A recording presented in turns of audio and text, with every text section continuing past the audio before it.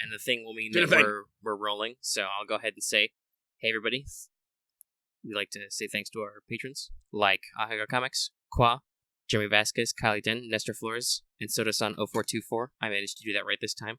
Booyah! And if you like what we do, you should consider supporting us on Patreon so you can get access to episodes early, lots of other goodies, and it'll really help us out. And we, as always, thank you for your support. Thank you. Oh, he had a monster crack this time. Yeah. That was for all you. And yes, this is continuing the theme from Let's Talk FGO yesterday. This is another live episode, this time of What's Up, to celebrate getting over 1,800 subs. Yay us, and yay you for tuning in. I'm a little loud. Let me back up. Many yays. Backing up from that microphone. So, I don't know, Lucky, where do you want to go first? Because we got a couple of different things that we can cover. Well, I got a whole bunch of, like, little bitty news that I can talk about, because, unlike you, I fucking love anime, and I love anime movies. And, like, in the past couple days, actually, a bit of information has been trickling out about quite a few of them. So, first off, I just want to mention, the Saga of Tanya the Evil movie has grossed over 400 million yen at the Japanese box office. That's about $3.5 million. Yeah, I was going to say, what's the conversion rate for yen to dollar? Drop a zero, I think. It's like drop 2 zeros. Drop 2 zeros, and like right. Then a bit. Yeah, so if something is, say, worth about 400 million yen, then it's about 4 million USD. So in this case, it's a little bit less. It's a little bit over less than 3.5. that, yeah. Oh, As I said, that's like how I don't have the precise science, but that's how I usually ballpark it. I just drop 2 zeros. Yeah, that's right. 2 zeros. 100 yen store is equivalent of a dollar store. Yeah. Also, by the way, if you hear me muttering to myself while Lucky talks, this time I'm playing phone games while he's talking, and I'm fighting Lip right now. I am not fighting Lip. I'm working on Azur Lane, but this is also this is good because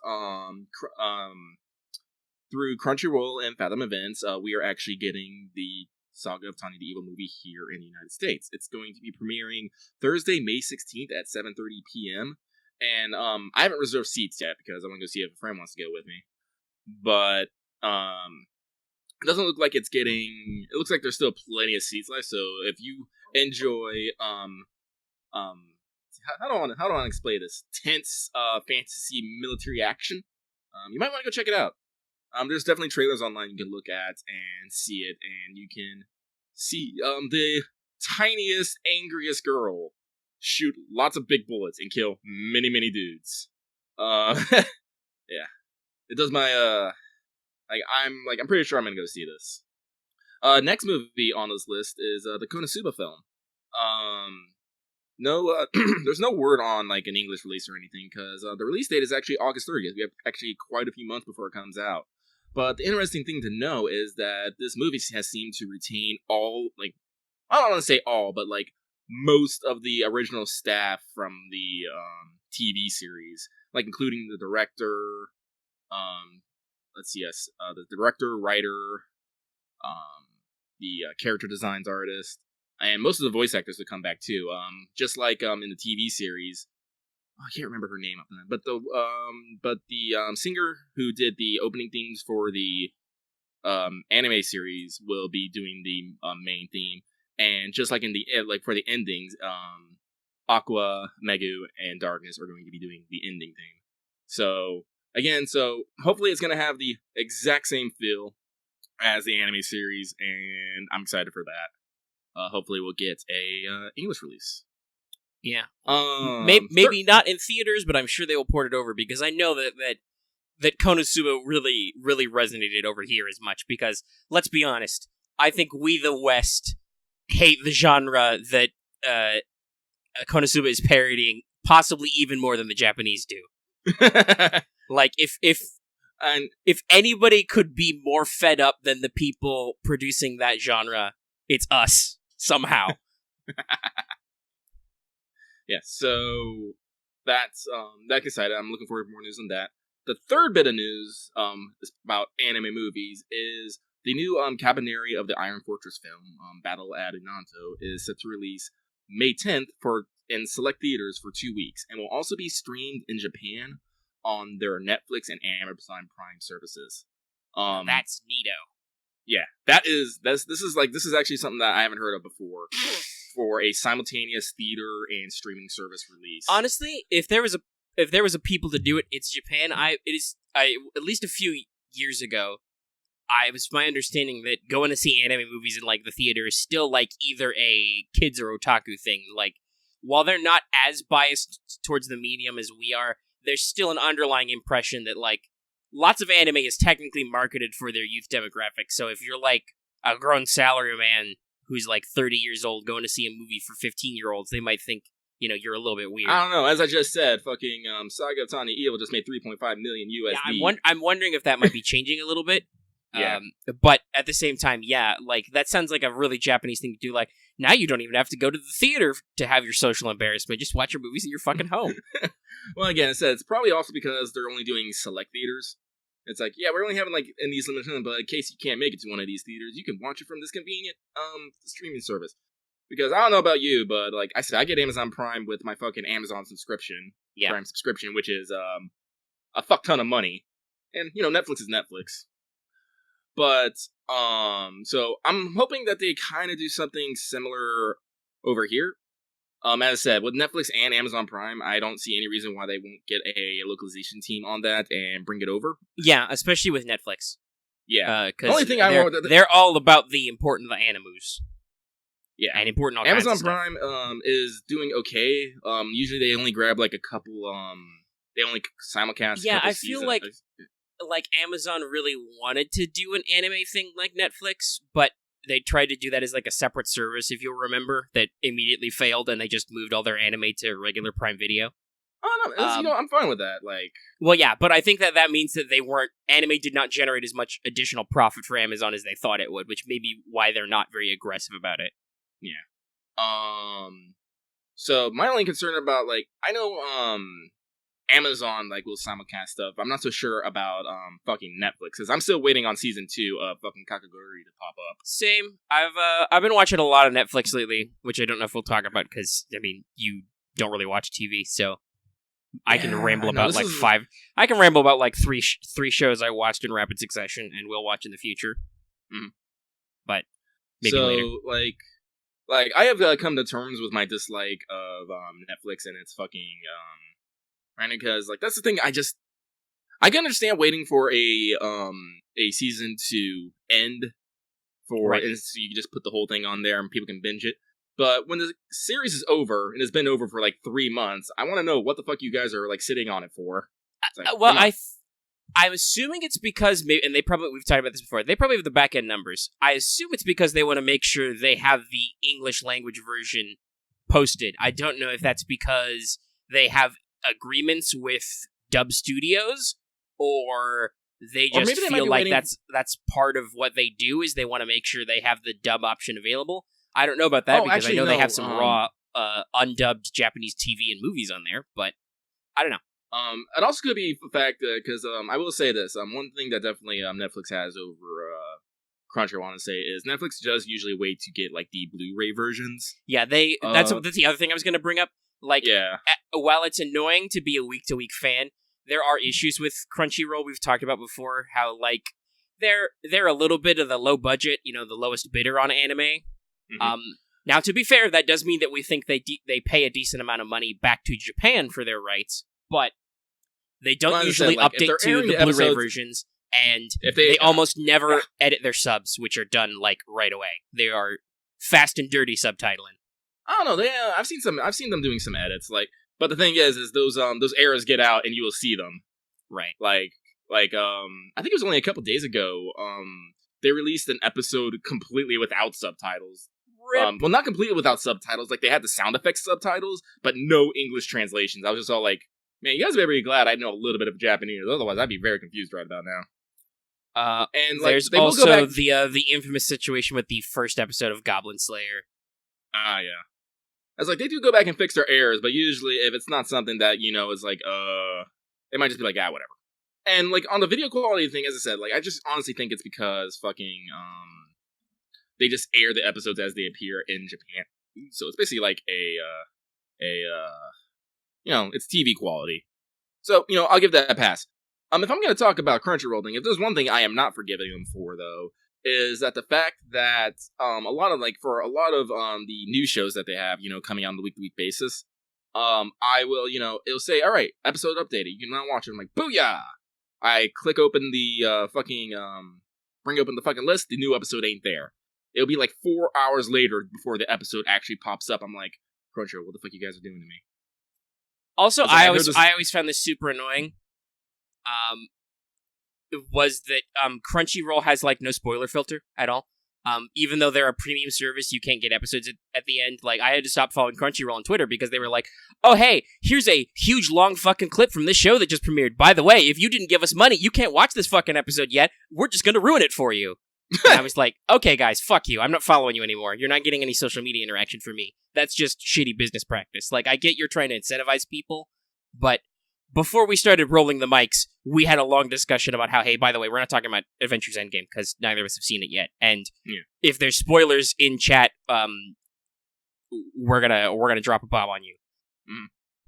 And also that includes spoilers in YouTube comments. Like, we're talking, I'm going to delete your comment, I'm going to permanently blacklist you, I'm going to put you on the secret spoiler hit list, and you're going to go to that special place in hell. Like, it's not worth it to you. Don't do it. Also, honestly, at the same time, I can't, I wouldn't even fucking know a real spoiler if it walked up and bit me at this point. No, Crunchyroll doesn't suck. I don't think their budget is focused on, improving themselves. They're mostly focused on, okay, we get the license, we deliver the license, we make sure the people back in Japan are paid because I think we're founded by Japanese people, or that's where all our business connections are, or whatever. Yeah. There's not a lot of competitive market, and, Crunchyroll can quote-unquote get away with a lot of stuff. And unfortunately, we've also talked about this before, Crunchyroll is one of those companies who tries to turn their wokeness into a weapon. They're like, oh, you don't like Crunchyroll? You're a fucking dirty pirate and you're not woke enough. Basically. They're like, they've shamed some people and they've called some shots that, we're saving anime and all that stuff. Yeah. And I'm like, all right, guys, no, you're paying anime people to bring it to the States. You're doing an okay job, but you could do better. Yeah, they could do better, but you can say that for a lot of fucking things. True. Like I said, at the end of the day, I just feel like a lot of people in chat seem to be agreeing with me is that Crunchyroll is not necessarily any more appealing because they could do better, but they don't, and they get away with it because they're the only game in town. Yeah. Well, that's how it works. Good old capitalism. Well, that means the invisible hand's not working, guys. Mm-hmm. God damn, let me die. Christ, it's like Suzuka all over again. That's bar number 2, guys. Just got to bar number 2.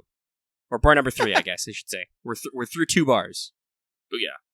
Yeah, because, as I said, oh, yeah. This is how I want to phrase it. As I've stated many times before, Lucky's bar for, enjoying something is pretty fucking low. So I can, overlook, a lot of things' flaws as long as I'm getting what I want out of it. And what Crunchyroll gives me is a translated anime that is also just aired in fucking Japan. And usually a lot of it. 15, maybe 15 titles a core. And that cost me, I think it was, $12 a month. It's I don't think that's bad. I don't have to wait. I don't have to, pay, a couple $100 like I do for Amazon Prime for a whole bunch of things I don't want. Or don't watch. It's all you people can complain, but at the end of the day, that's what that's the service. Unless you're gonna go to 9 Anime or Kiss Anime or something like that. That's also another thing that's really annoying is site integrations. I don't know who Verve is, but I don't like them because people keep doing stuff to them, and I'm like, fuck, I don't want to deal with. We've talked about this with game stores. I don't want to deal with another fucking thing. Just make Verve, your own goddamn PlayStation app. You lazy fucks. I know I can get Rooster Teeth on a fucking Xbox. Whatever. That's a personal peeve. Yeah. But hey, so PlayStations are a huge fucking selling platform. We're gonna be I think they're gonna outpace the Wii and the PS1 this summer. Yeah. So dedicate to your PlayStation marketplace. Yeah, back on Cabanera de Iron Fortress. Again, I'm usually hyped because the OST is being done by fucking Hiroyuki Sawano, who is the fucking good shit. If you haven't heard some of his shit, go look it up. He has an OST handle, and then he has a personal handle. because that's how good he is. He's so good, he needs 2 different artist labels. And the main theme is being done by Egoist, which is... Egoist is an interesting flavor of artists. It's like a real person, but it was Egoist got started as an in-anime artist. One of my favorites animes, Guilty Crown. A lot of people like it, but I do. I think it's cool. It's awesome. And so I'm excited for that. But that's all I have for anime news. And before Omega kicks down the fucking door and we start screaming about Persona 5, because that's gonna fucking happen. Like, just, you definitely will see it coming. One last thing. Over in Japan, at the Kingdom Hearts World Stress Orchestra in Tokyo. Well, yeah, we're going to talk about video game news, so that's a good point to bring up. Yeah. Nomura came out and announced the first DLC for Kingdom Hearts 3. It's called Remind. As I said, details are, scarce at this point, but from what we know, it's going to basically be a final mix with an additional scenario called Remind. It's basically going to be a limited episode with new bosses, a secret episode and boss, and as well as an English language option for the English language option for the Japanese version. Which, by the way, in case you didn't know, that's basically all the features that go in a final mix. Secret bosses, the English audio track, some extra shit at the end. Yeah, so I'm pretty sure, when it comes over to the North American, we're probably going to get the Japanese language or something like that, and a bunch of other stuff. So that's something to look forward to as well. Yeah, that'll be really interesting to see what they do. I haven't tried the critical mode thing at all, because that's not usually how I play Kingdom Hearts, but it happened, it came as a free patch update, so that's cool. They did that as they said they would, so that's cool. And hey, I'm glad that they're not doing their final mix version as a buy this whole game again. But well, Lucky, are we just gonna jump into it? Yeah, go for it. I've said everything I want to say. It's time, because you never see it coming. We didn't see one of these things coming. Let's start at the back end with, hey, remember how all those people wished for Persona 5 on Switch? You wished too hard. You wished to the wrong genie, because you're getting a fucking Muso game. It's Persona Warriors, but for some reason, despite the fact that we called other stuff Warriors, we're not calling it Warriors. It's Persona 5 Strikers? Scramble, right? The Phantom Strikers? It's a really dumb name, guys. It's really dumb. Why? Well, real talk, you don't have warriors in the modern age, I guess, but still. The Phantom Strikers? Yeah, I like it. It's real weird. But yes, excuse me. Your fucking default name in the game is the Phantom Thieves of Heart. Alright, we have already set this fucking precedence. So I don't know what you're We're campy, but this is just... It's a very much a title that's in English that I'm like, why? Very Englishy. Anyway, so that's coming to PS4 and Switch, and some people are trepidatious. I haven't really played any of those actual first party. I've played Muso style games, but I haven't played Hyrule Warriors or any of the other Fire Emblem Warriors and stuff. They've done a lot of co-op stuff with Nintendo recently. So, I said it's being developed by Koei Temco, I think it is. Yeah, Koei Tecmo and Team Omega, which is their Dynasty Warriors team. So, as I said, I have Hyrule Warriors. I love Hyrule Warriors. I think it's great. So, I'm going in here, slightly optimistic. And it's like, as I said, it's because I got the definitive edition, Hyrule Warriors Definitive Edition for Switch, so I have all the fucking characters, and it's great. I love it. I think it's one of the best best games you can get for the Switch, next to Breath of the fucking Wild. But at the same time, I'm just kind of why a Muso game? Yeah, no, I think I mentioned it before. No, that was also off mic. We were wondering if people were wondering if we were going to talk about Mortal Kombat 11, which is a no, because we don't really play Mortal Kombat, either of us. But I'm not averse. I really like both Persona 4 arenas, so if they did a 2D fighter with Arxis, that'd be pretty cool. To bring him in. I know that Joker is just in Smash, but an actual honest-to-God continuation. This is just what is even going on? And also, a lot of people are saying that the actual last Koei Tecmo Dynasty Warriors game was shitty. So, here's the thing. I've heard a lot of hit or miss with fucking, actual Dynasty Warrior games, but... Yeah, so people are saying that Dynasty Warriors 9 was after Hyrule Warriors, and it sucked. Anybody play Fire Emblem Warriors? How was that one? Because in case you forgot, this is live. We're receiving live feedback from the audience. Yep. Who are up in arms. Okay, FE Warriors is good. Yeah, it comes from Dallas Rose, who is not afraid to share his opinion. So... Alright. So, FE Warriors was okay, Hyrule Warriors was good. Yeah. So, very much a hit or miss chance. You know what? I'm gonna pop in Hyrule Warriors right fucking now. He's gonna do it. Oh, by the way, guys, I beat Passionate. Thanks to... Well, it was somebody in our Discord, but I don't remember who it was. But somebody had a Skahawk. I think it may have been One Fat Panda. Had a support Skahawk who carried me to victory. Yeah, so basically, depending on the dev cycle, it sounds like P5S could suck hard, or it could actually be fun. I think that's the problem we have is Koei Tecmo just has too wide a fucking what's the word I want to say, production value. Yeah, they're hit or miss. I mean, like I said, the team is the Dynasty Warriors team. These are the guys who make Dynasty Warriors. The problem is that they're making a game, and unfortunately, as Dallas brings up, the problem is that it's not that Nintendo needs to hold them to it. It's that Atlus needs to hold them to it, because this is going to be on PS4 and Switch. Oh, interesting. Okay, so I'm looking. It's not Switch exclusive. It's also for the PS4. So this could. It really depends on who's called. Sony, I could see Sony being like, "Hey, dude, don't fuck this up," or I could see Sony being like, "Hey, we still have exclusive. We've got the Royal, so we don't care if this shitty Switch game you made is bad." That could go a lot of ways. I'm looking at hacking Hyrule Warriors, and along with Koei Tecmo and Omega Force, it was also made by Team Ninja. Team Ninja is the group that makes the Dead or Alive games and the Extreme Beach Volleyball and Ninja. They're also a Koei Tecmo team, I believe. They're a Koei Tecmo studio or dev team, whatever you want to call it. That might have something to do with why it was not so shitty. Yeah, I don't know. Well, Team Ninja is also kind of hit or miss, but they did all right in that case. Okay. Is there a Wikipedia article for Persona 5 Scramble yet? What the hell was I playing before this? Oh yeah, I was playing Shining Resonance. Yuma!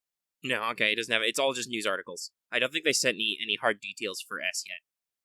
Also, I don't think there is a Western announcement for S yet. I think it was just the Japanese reveal, because we're gonna pivot to talk about the Royal now, because there's really not much to talk about with Scramble yet. It's just they showed Joker and Arsene beating up a bunch of rando shadows / personas in Tokyo.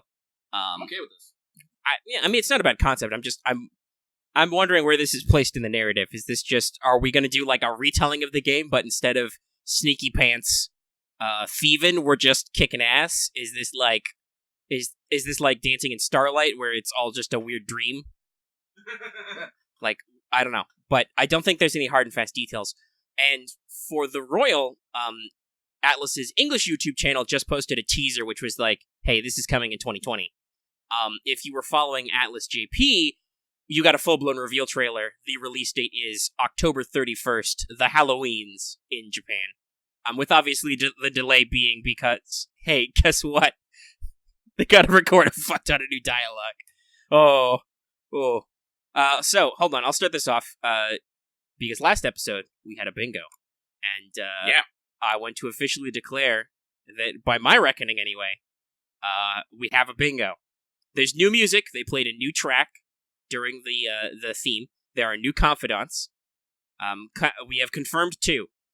There is the new Phantom Thief, Kasumi, which I'm super interested how they're going to work that one in.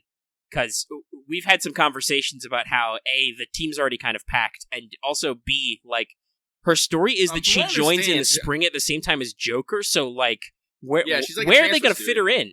It's super interesting. From what else I can tell, you also, it looks like you actually are getting more time. Yes, that is another thing.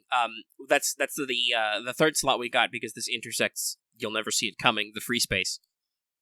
epilogue content. They have confirmed that the game will now extend into the third semester proper. I don't know if you'll get the full 3 months, but they've officially said you're going into your third semester, so after your winter break, you can go back to school instead of all of it in juvenile. There is a screenshot which confirms the date as 1/1, and you are not in jail, and you are out and about hanging out with ladies and yukatas at a shrine. So, they might have pushed it back so that either they've moved the plot, they've repaced the plot line so that you do the thing later, which would be a shame because now you can't save Christmas, or they don't put you in prison as long. Yeah. Because I could see that as maybe maybe they put you in for a week and then they do the research and stuff. I don't know. We'll have to see. We'll have to see as details come out. And obviously, no spoilers, but the game will be out in Japan for a good minimum 2 or 3 months. Well, here's a crazy thing. I remember when P5 first came out, they were Atlas was pretty hard on keeping spoilers. Oh yeah, no, Atlas is super. That's why their streaming restrictions existed. They're super keen on don't spoil it. At the same time, reviewers will still be able to get a look at the game. There'll be importers, for instance, who report it because thank God that region locking is no longer a thing. Mm-hmm. But Atlas will lean heavily on people spoiling the story, but we'll be able to get a look at the time. Somebody will play it and say, hey, BT dubs, you can absolutely play these months additionally. So, epilogue coming is content. And we secured the final bingo on 4K or some other graphics bullshit. They confirmed that it will have have enhancements on the Pro. So, there's extra graphics shit if you want it. So, we have a full-blown bingo. Also, the other new confidant is the school counselor who is hired after the Kamoshida incident because God forbid, Shujin Academy actually does something nice for their students. So we got a lot to talk about here, but I'm going to start right here since we mentioned him. This guy's sus as fuck. Hey, in case you guys didn't know, I'm actually a cardomancer. I own tarot cards, and I use them. Oh shit, I can smell pizza. I can't go eat it right now, though. Damn you, monkey, make me record. Yeah, anyway, but no, legit. I own tarot cards. I've studied the tarot. I can tell fortunes if you like. I don't necessarily think there's any mystic significance in it, but the tarot is a great tool for self-discovery to make you think about your past, present, and future. So I've been trying to do some research on this guy. Now, normally the tarot in P5, the Arcanas, are based on the Tarot of Marseille, hence why the High Priestess is called La Papess, the Popess, as opposed to the High Priestess. And the art is all vaguely based on it. There's no equivalence anywhere I can find. There is no alternate number 1 in the Tarot of Marseille, or quite frankly, in most versions of the Arcana, let alone one titled Le Consultant. And I have also looked at this card. The visual imagery is important. This guy's Arcana is shifty as fuck. Yeah, it is. He's got a shifty sun, which is helping people, but also damning people, and like I said, he's got an Arabic numeral 1 as opposed to a Roman numeral, and like I said, I can't find any basis for this Arcana. So, I'm pretty sure it's a trick. You're gonna be doing it, and then they're gonna, secretly reveal that it's actually a secret Arcana at the end, and it was something shitty. So, I don't know what's up with this guy, but, watch the fuck out. Yeah, sus. He's super sus. But, I said, it could be anything. As I said, the thing that bugs me is there wasn't any mention of, maybe reworking Akechi's or Sai's. Yeah, and we don't know. We know there's there is definitely one new event in with Akechi in it, because, hey, there's a screenshot in summer where you, Kasumi, and Akechi are sitting down to eat pancakes. That's also another thing. There's going to be a new area in Tokyo. I don't remember the name off the top of my head, but it's a shopping and entertainment district. And apparently you can go there, and you can fucking hang out and play pool and darts with your homies. You can take Yusuke to an aquarium, where I'm sure they will make a lobster joke. Have we mentioned that Persona 5 is the greatest game of this or any other generation? Because you can play pool and take Yusuke to the aquarium. You can also take the twins to not Disneyland. To not Tokyo Disney. To Destinyland, as they call it. But, let me see here. Sorry, I'm, doing stuff here. Yeah, you're playing Hyrule Warriors now. Yeah, I am. I'm trying to think. I'm trying to think of anything else I saw in there.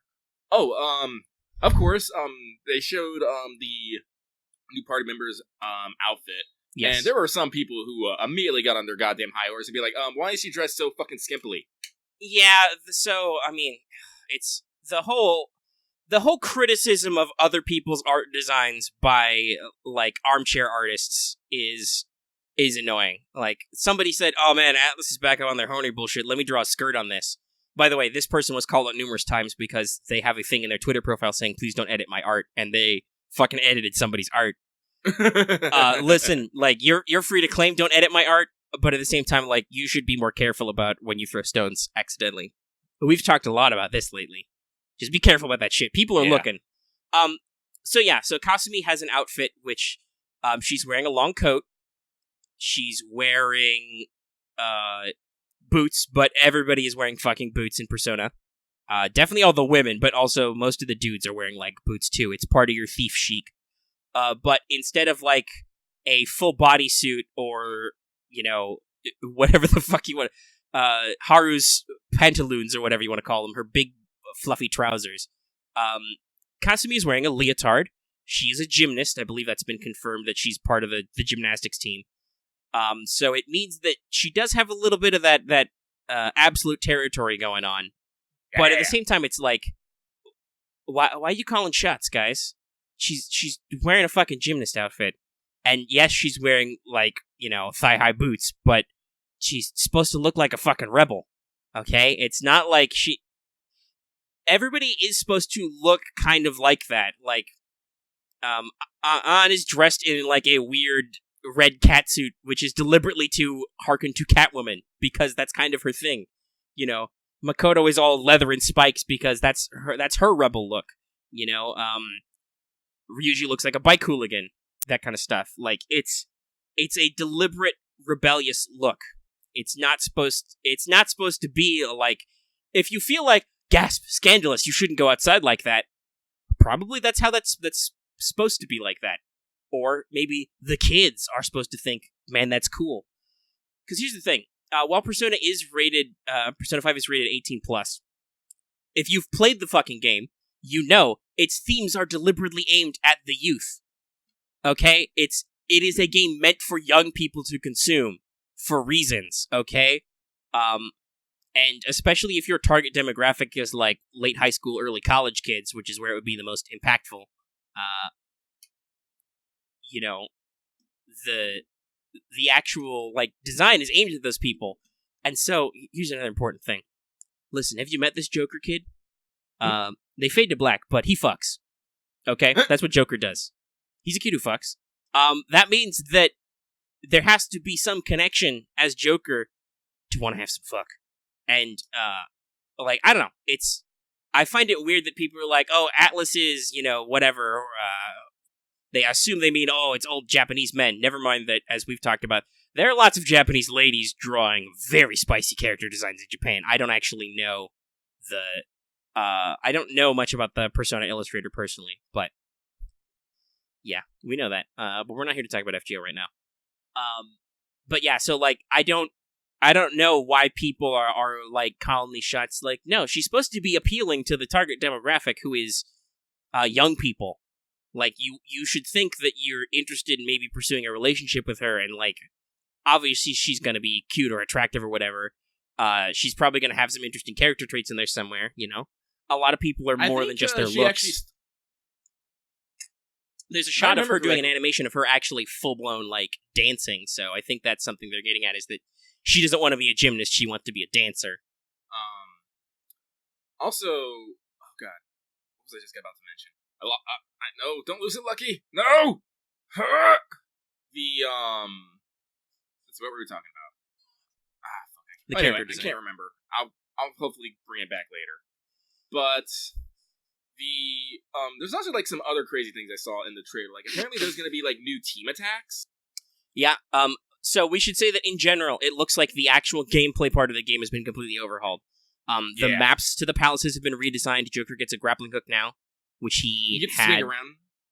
He has in Smash Brothers, I believe, but people were like, "Why's Joker got a grappling hook?" Oh, it's because in the Royal you can fucking grappling hook around. So that's pretty. Grappling hooks are pretty fun that they're going to do new traversal type stuff. Maybe that'll switch up some of the puzzles that were more annoying in the original one. And like he said, it looks like actual in combat has been overhauled. So there are new like all out attacks or special team attacks. For instance, Makoto is shown fucking Fist of the North starring some guy. There's some other stuff in there, and there are team combo attacks. Yeah, the one I remember specifically from the trailer was the Haru and Morgana, where Morgana transforms into the fucking car, Bill. And Haru rides on top and smashes him into them. Yeah. And at first she's like really satisfied with herself, but then she notices Mona passed out on the floor, and it's like, oh, whoops. Like again, like if they're rebalancing everything and all that stuff, again, really hoping that they redesign Haru's interactions. Well, if nothing else, if they add like a couple of extra playable months, that should give Haru time to be introduced and fucking breathe, like as a character, to actually exist and hang out with you. Because that's, I think, we've talked about this, the primary problem with her as opposed to other late game party members. Because like, let's see, God, it's been a while since I played Persona 3. I have it on like PS2 Classics, but I think it's just on my PS3 because the PSN network can be kind of annoying sometimes. I've played through the whole game a couple of times in FES. I don't know, that could, especially considering there was portable, that game could use like an access to re-release, like just a floating PSN version or something. But anyway, I don't remember who your latest team members joining are, because I know that FES added Aigis as a social link really late, but she was obviously in your party for a long time. And similar with P4, Naoto's your last party member. You get to see Naoto a lot subtly, but still interacting with the characters and kind of like building up who they are before they actually get a dungeon. And also the other interesting thing is something that's true in P4 that's not true in P5 is when you actually do TV dungeons in P4, you find out a shitload about those characters because that's what they are. That's like their inner worlds and their shadow. When you do palaces in P5, you find a shitload about the target. You find out about your party members who join beforehand. Well, again, this is the always thing that struck me odd is that Futaba had a P4 awakening. Yeah, Futaba's palace is a really interesting one because it flips the term. It's not quite a P4 awakening because it's like a double subversion. At first, you think it's gonna be like the in-game characters, and if you've only played P5, might think it's gonna be like the normal dungeons. But then it's like, oh no, her shadow is it's actually literally her shadow, so it's gonna be like P4. We're gonna make her confront herself. Mm-hmm. But the interesting thing is that unlike P4, Shadow Futaba is Futaba's suppressed positive emotions. It's the honest love and appreciation she has for her mother and all that stuff that's been suppressed and distorted by people. So her shadow is actually mostly nice to you. She doesn't fuck with you a little bit, but like ultimately she's a positive force.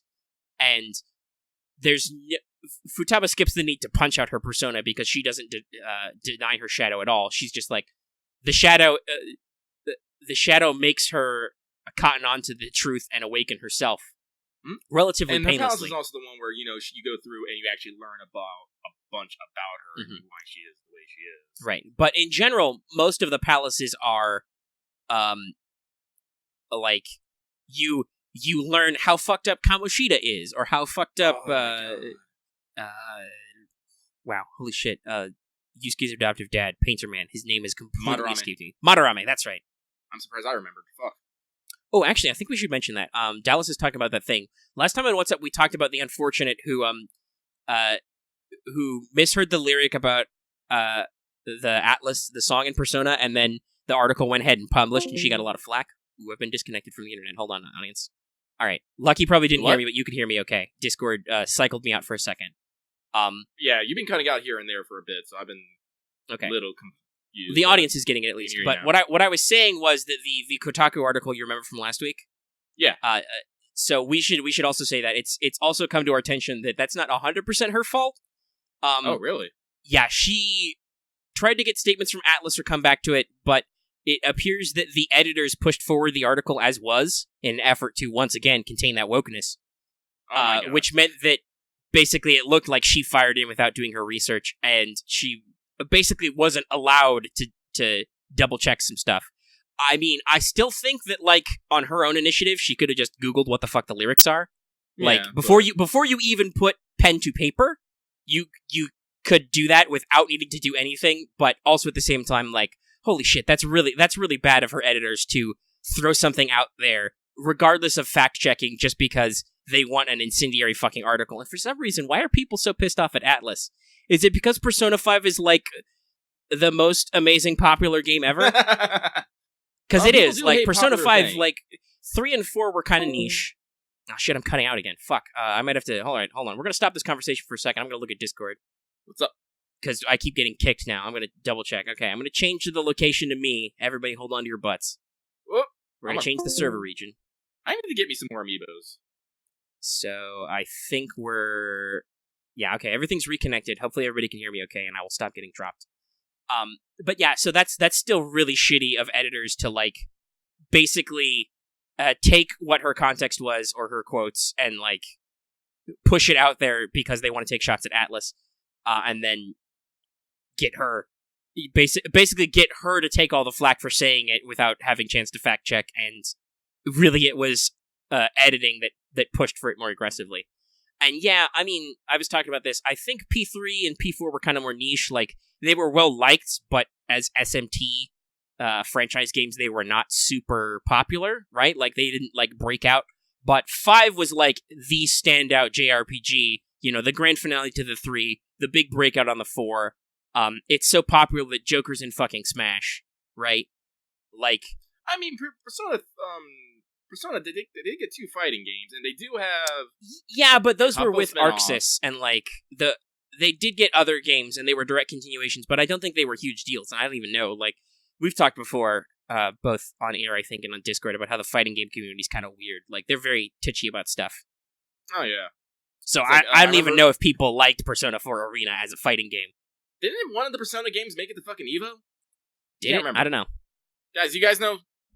Audience, do fighting game people like Persona 4 Arena and or Ultimax? I know... Oh, it was a side tournament. Okay. Because I do know, like, I remember, like, last EVO when they took out fucking Smash and Guilty Gear, people were up fucking set. Like, well, yeah. The Smash thing weren't they taking out Melee? Yeah, because that was an old standby. Because Melee is basically a solved game. Everybody knows the exact combo to make it like the most skill based or whatever. Unfortunately, if you're hosting a tournament, that's dull as fuck. You don't want solved games. But I remember seeing all the memes of like people like using Guilty Gear Xrd as like the one who had to sacrifice himself to get Melee out of there. And I love Xrd. Xrd is like I actually have I have a digital copy of Xrd. But Xrd Second Rev, I should say, excuse me. And I fucking love that game. But I'm like, I saw it leave EVO, I'm like, I'm okay with that. It's like, because there's a whole bunch of other cool games out there. But I guess if it wasn't one of the main games. Oh, someone's actually posting some tweets. Yep. Oh, that sucks. This middle one in that third block. Only my boss can delete it, and he won't. Ooh. Ooh. Ooh. Ooh. Oh, God, I feel sorry for this woman now. I feel bad. Again, I am now shame. Yeah, well, I mean, like we said, I feel like it's sad. I feel like I said, she shouldn't even have, like, written the article at all before, you know, like, Googling it. Like, she says, I still don't know what the lyric says. You could just look it up. People know. There's got to be an official insert or something somewhere. There is. I remember seeing them posted on it was one of the things that was getting posted at her on Twitter.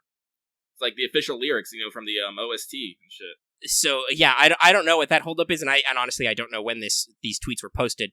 Well, some of them are dated to like the 19th. So maybe like it was a like a thing like started. Maybe she like wrote a draft. And well, yeah, that's the thing though. That like I said, if at the same time, if you put your trust in your company to be like, okay, I'm writing this draft. Here's the version of the story. If shit doesn't get out, but then the editing team's like, oh, I'm just gonna publish your fucking draft because that's way sassier. That's shitty. Yeah. And that's also very unprofessional of her editor.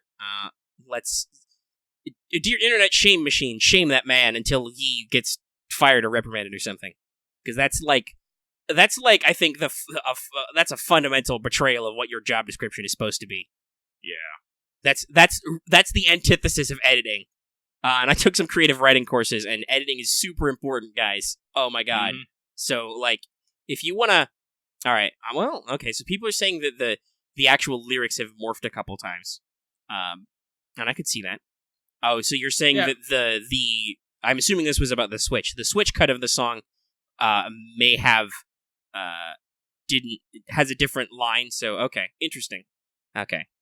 So the Smash has a different edit. Well, that's confusing. Yeah. No, that's fine, Dallas. That's good. Like we said, we're not experts, and so like I feel like this is a bad situation all around. And we have a name. We can. Do you think it's okay to name her since we're exonerating her somewhat? No, let's okay, let's not. You know who it is, but yeah. Because again, we just had there were a couple of things now that I know that she still could have done to like not make this as bad, but yeah, that's totally not her fault. She was not intending to go ahead with this story. God, man, I can't even. That shit, fuck. Like the idea that the editors would just throw my draft out there without giving me time to actually write it is just ooh. That's scary. Like I don't like that. Goddamn Kotaku. Goddamn Kotaku. Why are you so sketchy sometimes? So sketchy. Like, we know they publish good articles now and then. It's just like, why you gotta be so sketchy? Like, I know you want the clicks, but like, I guess if it turned out to be wrong, there's no article. But still, Jesus Christ, was it worth it? Again, it was one of those things. It's the sensationalism. Because like, shoot, even standard I don't know if they're paper magazines do that. They're covered in fucking things of like weight loss scandal. All that stuff. Oh, yeah, no. I mean, if you ever look at the magazine aisle when you're at the fucking store. So, like, that's the thing, because things that are going to get someone in trouble, people want to read about, because I don't know what it is about other people fucking up, but humans like reading about that shit. It's Schadenfreude. We get a perverse joy out of seeing other people suffer. So the editor probably saw it and was like, oh yeah, we can get some good shit off of this. Oh, we'll get some clicks. We're going to call out a major game studio whose game is super popular. Oh shit, we look like assholes. Oh, yeah, let me deflect so that somebody other than me looks like an asshole. Great job, guys. Because, like, as I said, like, BuzzFeed is known for this. I gotta be honest, this is why I don't read Kotaku. Like, I don't acknowledge that they exist unless somebody tells me specifically, like, for example, we talked about Jason Schreier before. Oh, hey, he wrote some articles that were cool about, like, Anthem and BioWare and stuff. I'm like, okay, I can trust that he writes something good and professionally. I can read this. I just don't acknowledge that their website exists otherwise, unless somebody tells me specifically, here's a good story. Because it's very often not worth it because, like, hey, apparently, they're so crazy for clicks, they're not even filtering their fucking stories. They're firing from the hip. Ah, yeah, Great Fairy. Sorry, yeah, that's also, I think that's generally a shittier thing about the nature of things. Like, you have no outlet, right? Like, there's another tweet posted that saying that she was forced to remove it, I'm sure, because Kotaku has a policy which is like, oh, hey, you can't talk about internal stuff on Twitter, so you can't shame us, bye. Like, well, what the fuck are you supposed to do? This is why, like, I'm like, pro whistleblowing and stuff. Like, no, humans need to be able to express themselves. You need to be able to let your thoughts and feelings out. Somebody in the chat, PenFan, asked with it's because they want to do cancel culture on Twitter. They don't want to be cancel culture on Twitter. That's it, right? Because they don't want to be the ones who had an embarrassing tweet about them and the truth gets out and people get woke that Kotaku are fucking liars or whatever it is they're against.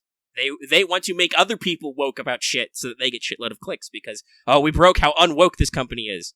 I like saying woke in this way. I got this from Philip DeFranco, actually, who runs a very good attempt to do a objective news show. And obviously, like, he does thumbnails that are eye-catching. He will often do stories that are eye-catching, but his actual reporting is very solid most of the time. And, like, he's pretty open-ended. He calls this wokeonomics, where companies are not necessarily actually agreeing with your political views, but they feel like if they pretend, they can sell better to you.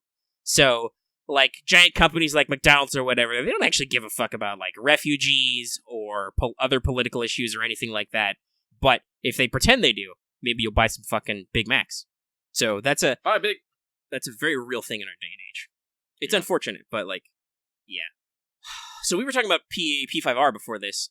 I'm super hype. I'm actually a little glad it's not coming out until 2020. Well, first of all, that means that I could totally, in fact, replay the entirety of P5 before it comes out, if I felt like it.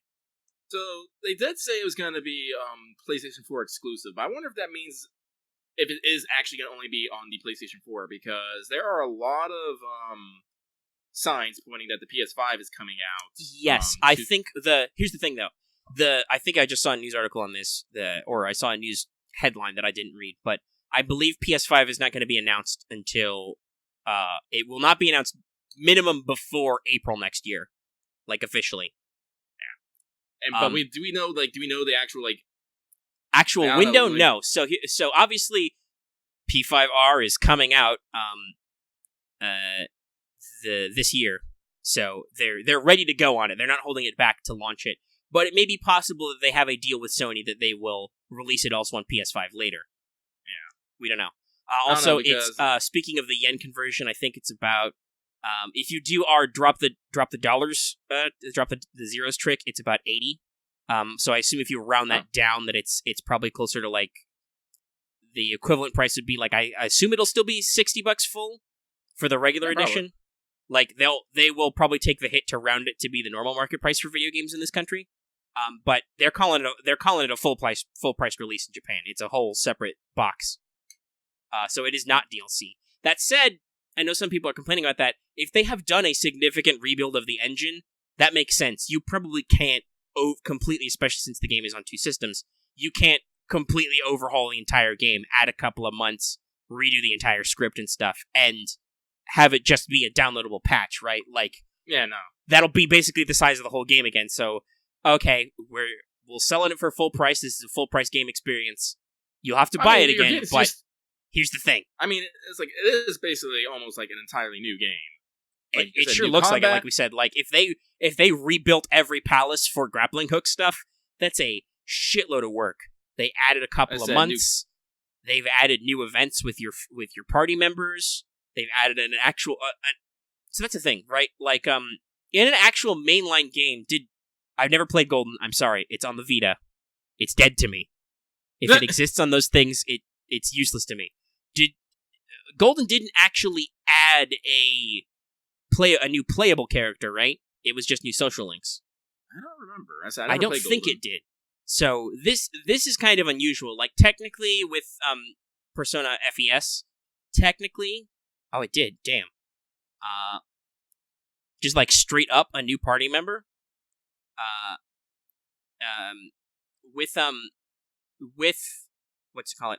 FES.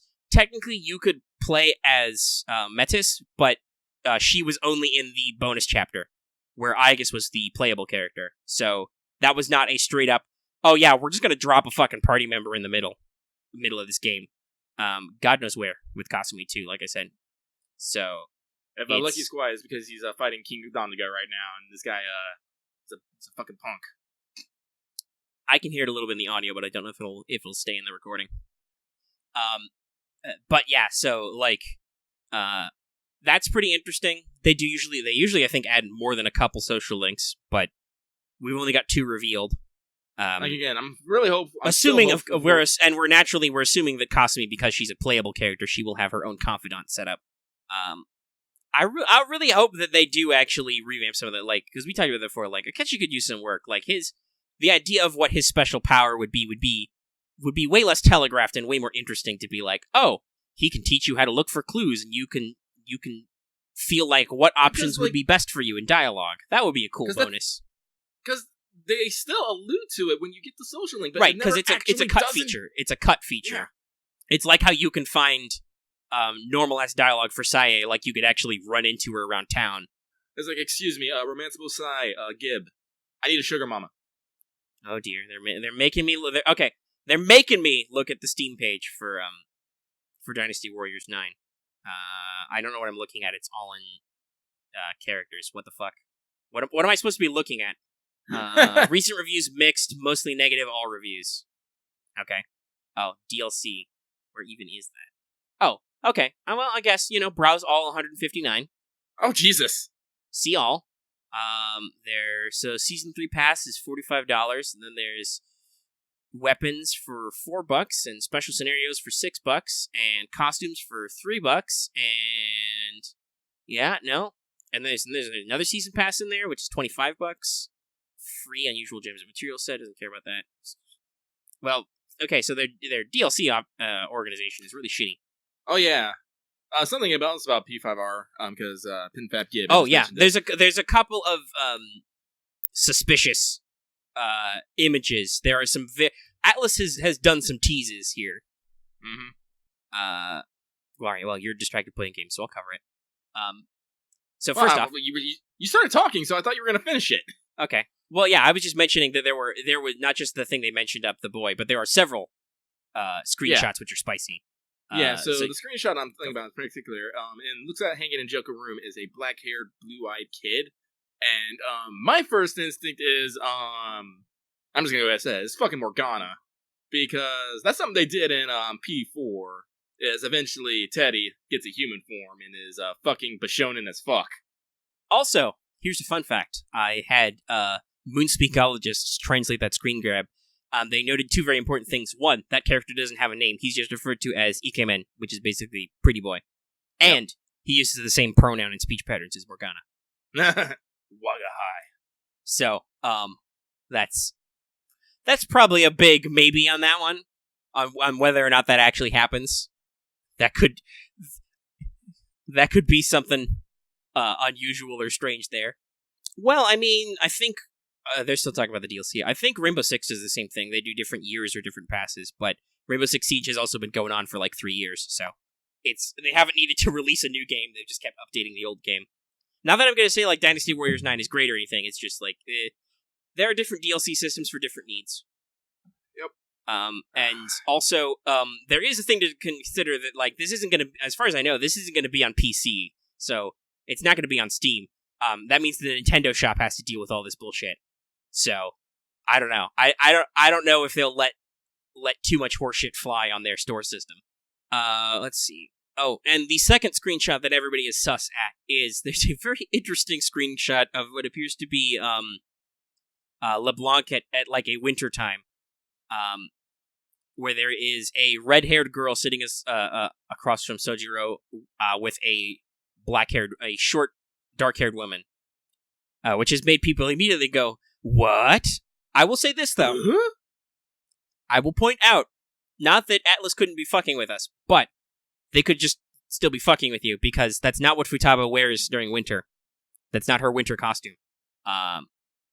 So, there's a question of, like, is it costuming directly? Is it Futaba? Is it supposed to be Futaba and Waka? What's going on here?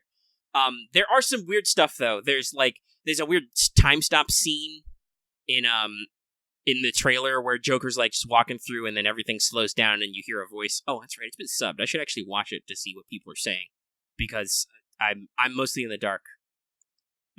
But still, like it's a really good look. The game's being expanded. There's lots of interesting things happening. A lot of people have keyed into like there's some kind of dreams or illusions or something going on. I'm like, I don't fucking know. I don't want to know. I don't even want to know. Like, I'm not even sure I want to speculate. I mean, if they give me an image, I'll look at it and go, okay, what does this tell me? But, like, this actually goes back to tabletop gaming a little, you know? Like, there's a good rule of thumb, which is do what the rules say to do, don't do what the rules don't say to do. I feel the same way about the images.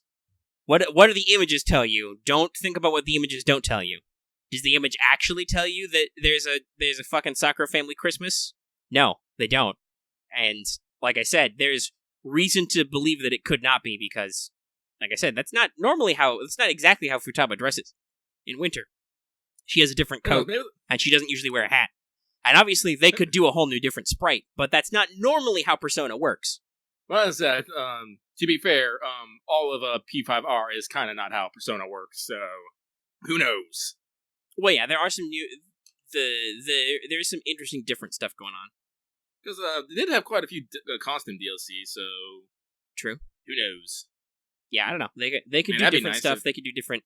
We know that in-game, like, story sprites have been redone. Like, for Yuji's got a redrawn sprite for some stuff, some new expressions and things. that's probably part of their making they had to update it because they're going to do like PS4 Pro stuff, so they need to make sure that the graphics can be super crisp and whatever special bullshit stuff they're going to do, as opposed to the original P5, which also had to be playable on PS3. Not that the PS3 is bad, but obviously it was last gen, so like, there were some technical updates they had to do.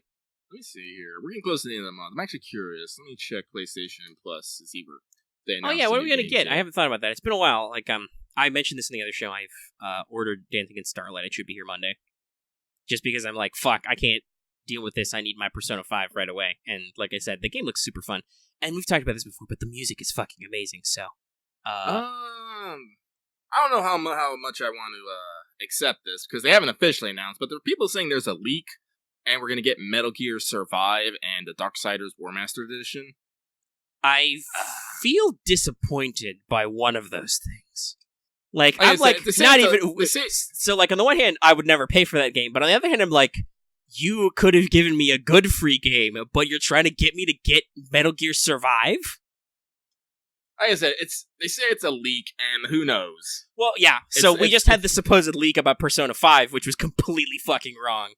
Yeah, so I don't know. In case we you do guys get Metal forgot, Gear Survive, I don't care if it's free. I'm probably not gonna download it. Yeah, that's like with I'll add it to my library so I can download it later, but I'm not actually going to download it. That's what I did with For Honor, which is like, maybe I want to try For Honor sometime. I'm not going to commit to downloading it right now. I'll be the same way with Survive. I've always loved, I forgot about this, that the fucking fairy in Hyrule Warriors is named Proxy with an I, and she does all the talking for you. Neat. Again, that's the good Keck right there. Yeah.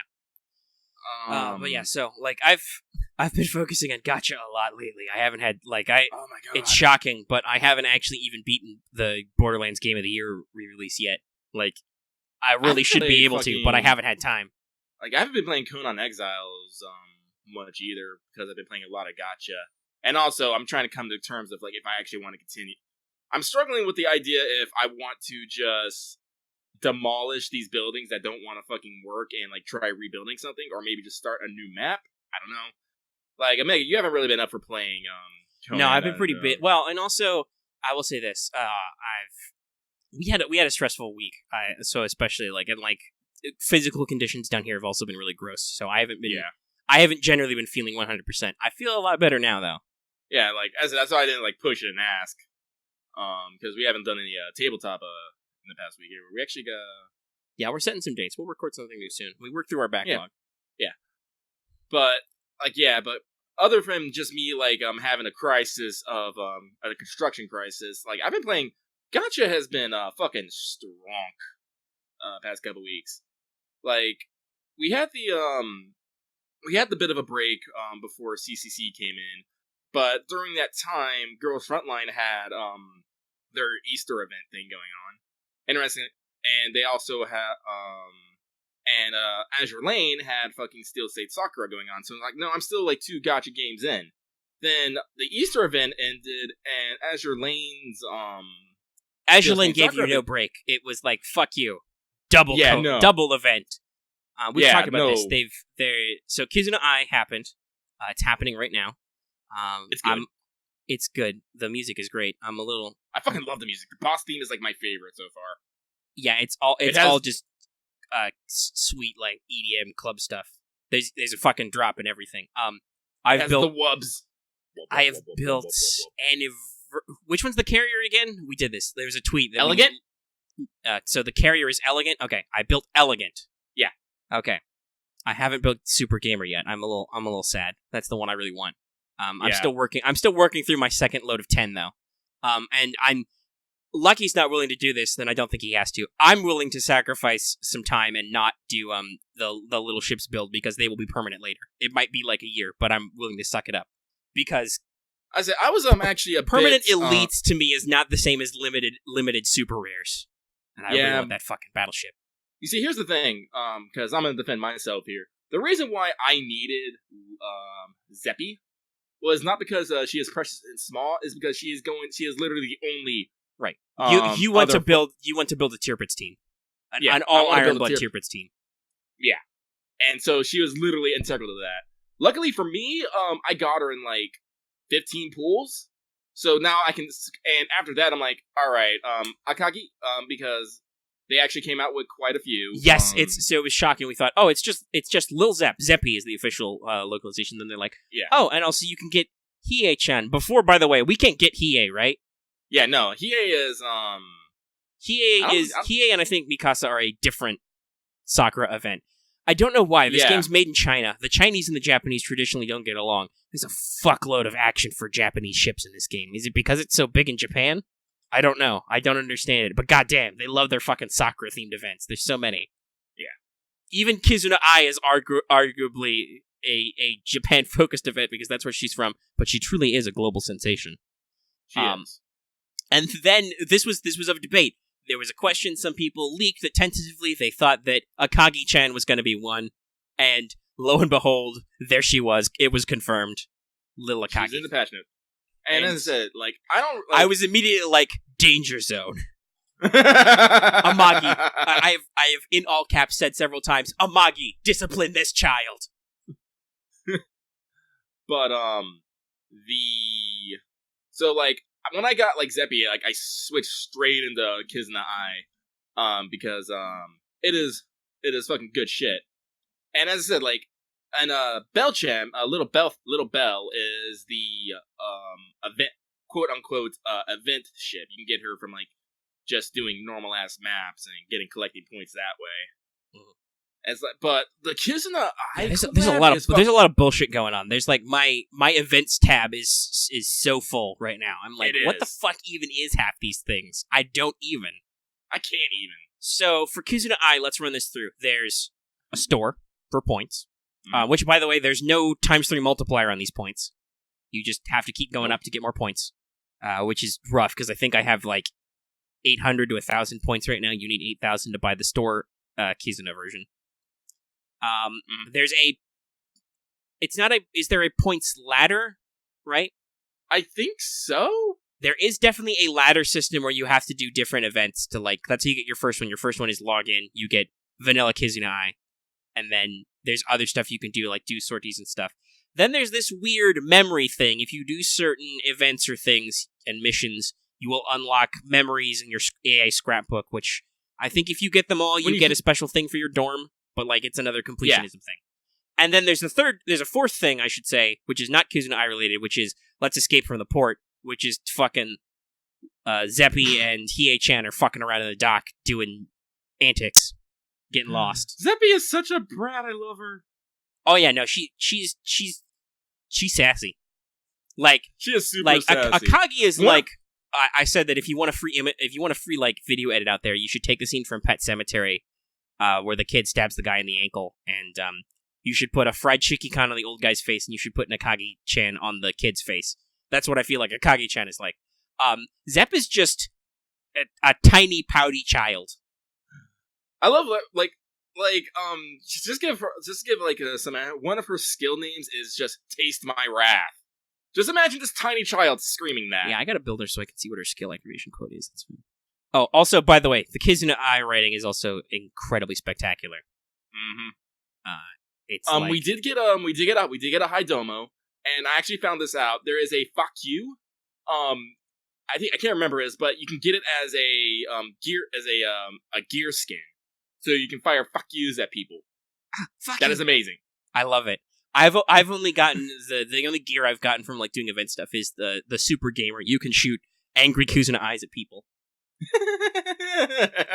Which I think I was gonna have to replace my current gear skin on Hood is to have her fire fish and chips, wrapped cod at people. I'm thinking I'm gonna change that to Kizuna's. Like honestly, like the Kizuna skins are like they know what the fuck they're doing. Like Kizuna Ai is eminently marketable in lots of ways, and this game goes to it. There's music, there's fucking funny dialogue, there's all kinds of I don't even know, like. Oh my god. So I just discovered in Hyrule Warriors that I can actually command my other characters to go places. This is fucking 10 out of 10. Put this in fucking Extella. Which one's Disappointed? Is that what? They're talking about there's apparently a destroyer has fuck you as a dialogue line. I'll check this later. Actually, fuck it, I have my phone right here. I can check it right now. because obviously I have the destroyer because it's the default. But how is that line? You have to. Disappointed is you have to actually get their affection low. I refuse to do that. I think you can review it in collection though. I'll have to double check. Yeah, you can. Listen, I was in the middle of an event and I put my phone down to let it charge. So I'll check it in a second because you're busy. But yeah, so the dialogue and writing is great. The systems for the game are pretty funny. Like you can get red alert and there's just fucking eyes face just whoop, whoop, just leans into your screen covering your buttons and you got to tap her just a couple of times to get rid of her.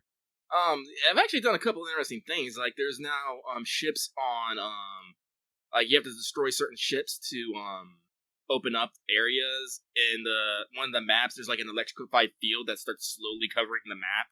It's like I think the last event I saw them put like this much effort and like pizzazz into was like the Chinese New Year with like the coloring book and everything. Oh yeah, there is something that's like that too in this, isn't there? Like not the coloring book, but the AI, whatever the AI purification page thing is that I don't have unlocked yet. Yeah, I don't know what that is, but it's a thing we can get later. As like when we get done recording and I have my yeah, we're gonna cycle through some things, but Azur Lane is both super entertaining right now, but also super busy. And also, we have confirmed real estate fucking racket. Yeah. I was able to do my collection stuff and squeak out like 10 more, but goddamn. It's fucking 200 gems for 10 slots. What the fuck, Azur Lane?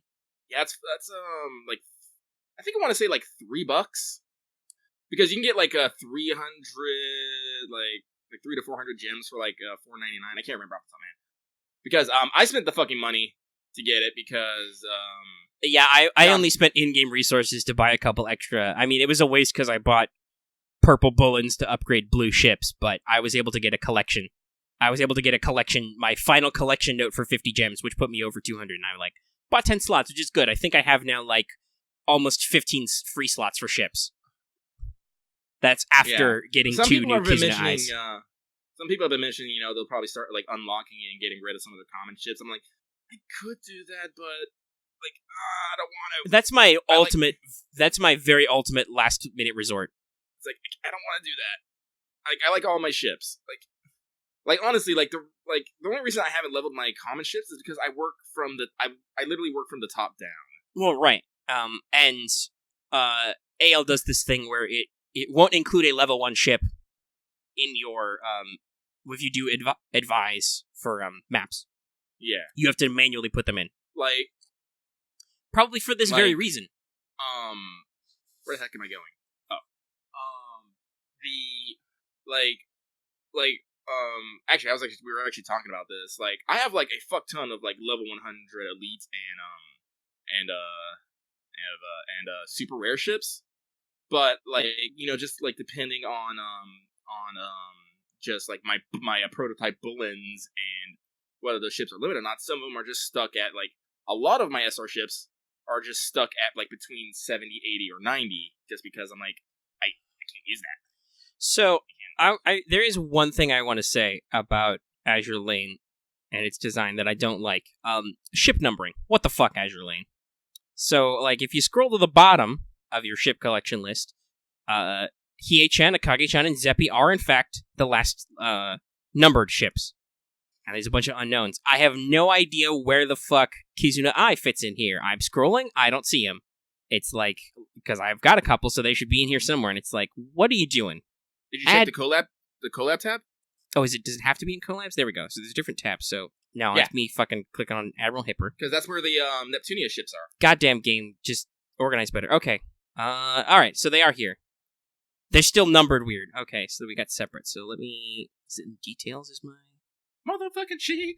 Guys, have I ever told you, the Legend of Zelda game that I want the most is the 7 years between an Ocarina of Time where fucking Zelda becomes Sheik. I was like, this girl goes from a fucking, living in a fucking castle princess to all of a sudden, harp playing badass ninja, and I want to know that fucking story. It's like, goddamn. The audience cannot hear it.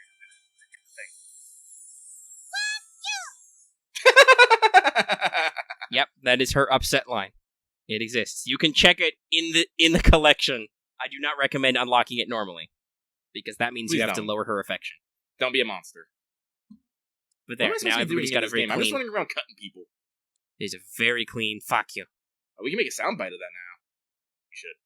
Well, yeah, if you can get it. The problem is that, is there a separate volume tab for music?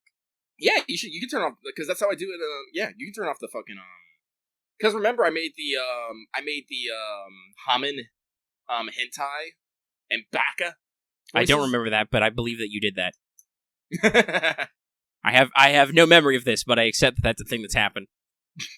Yeah, you just gotta go into your options and just turn down the BGM all the way down. Alright, so yes, if you want to get a clean soundbite of fuck you, we can. Do we get a fuck you button? We could, that'd be pretty funny. I is adorable. Yeah, so the event's super cool. I haven't gotten super deep in it. I've beaten a couple of the maps and I'm chipping away. I've unlocked some 3 stars. Run, Sheik, run!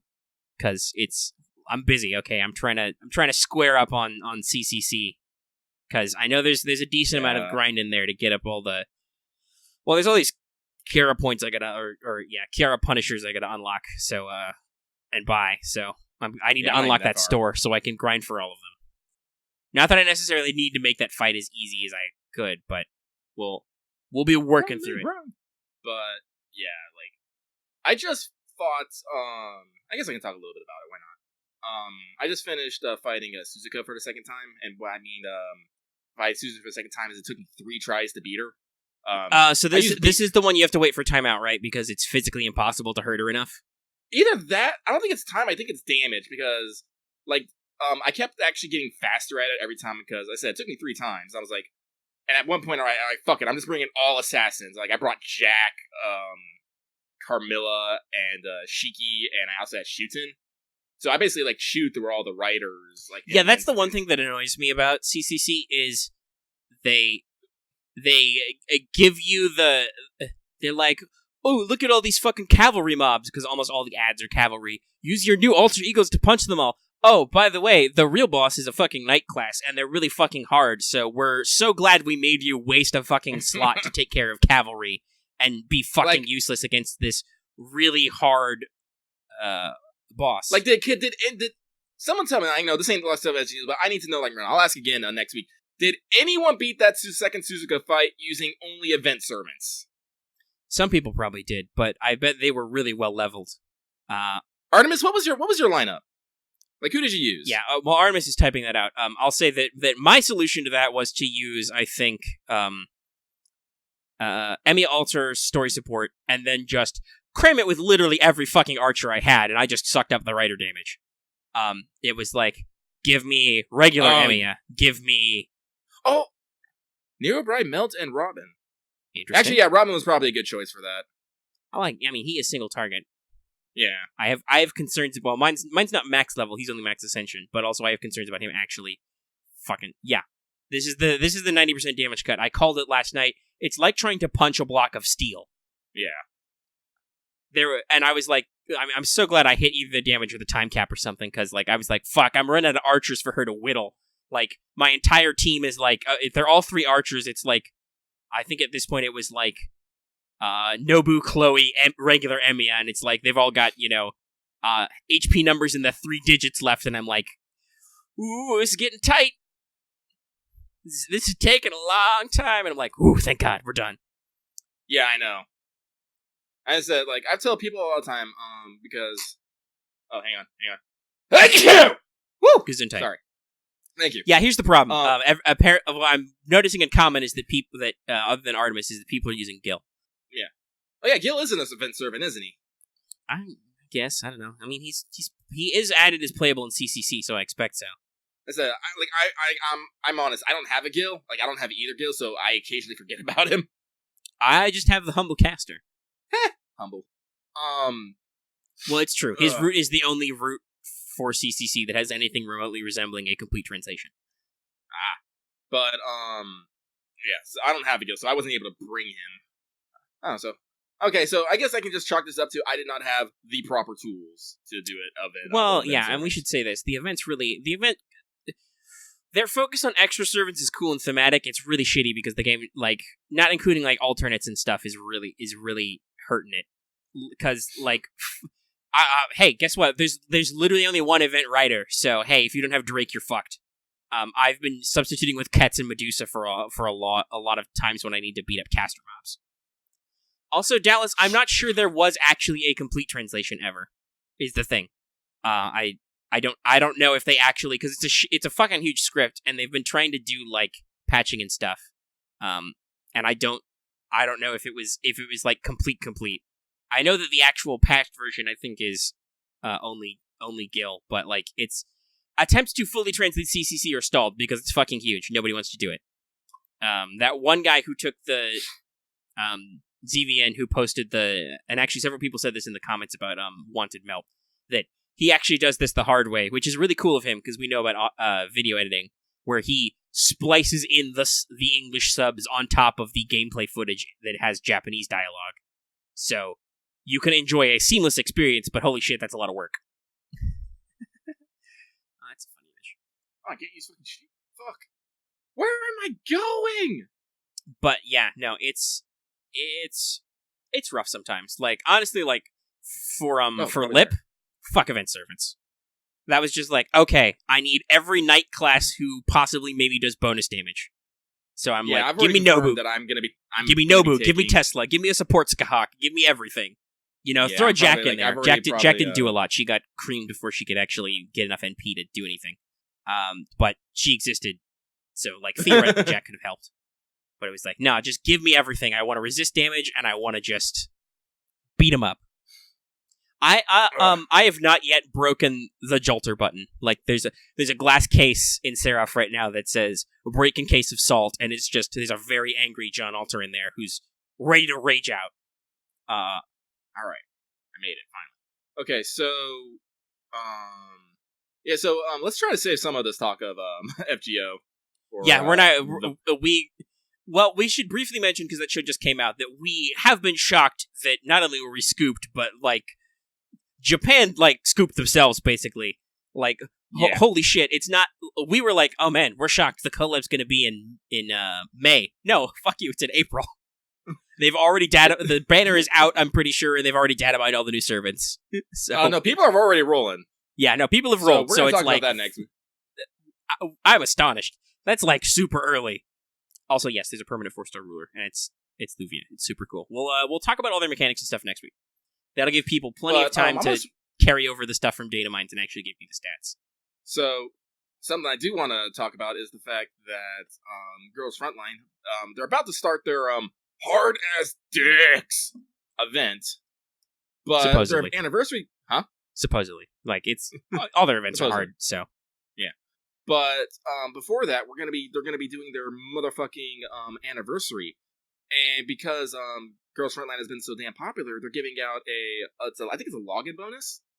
Yeah, they're gonna give you an exchange ticket for a 5-star as a login bonus, and they have a set list. pool. It's not a full list of 5 stars, but it's a lot of good shit. Let me look it up. Let me look it up while you continue to speak. Yeah, I know for a fact that there's shotguns on there, and I'm like, oh my god, I can get a fucking 5-star shotgun. What? Oh man, I shouldn't have jumped off that cliff. But like, so like none of the event. Whoops. None of the like event SR 5 stars are in there, but like just about almost like every other one is in there. So the anniversary login event is from May 2nd to May 17th.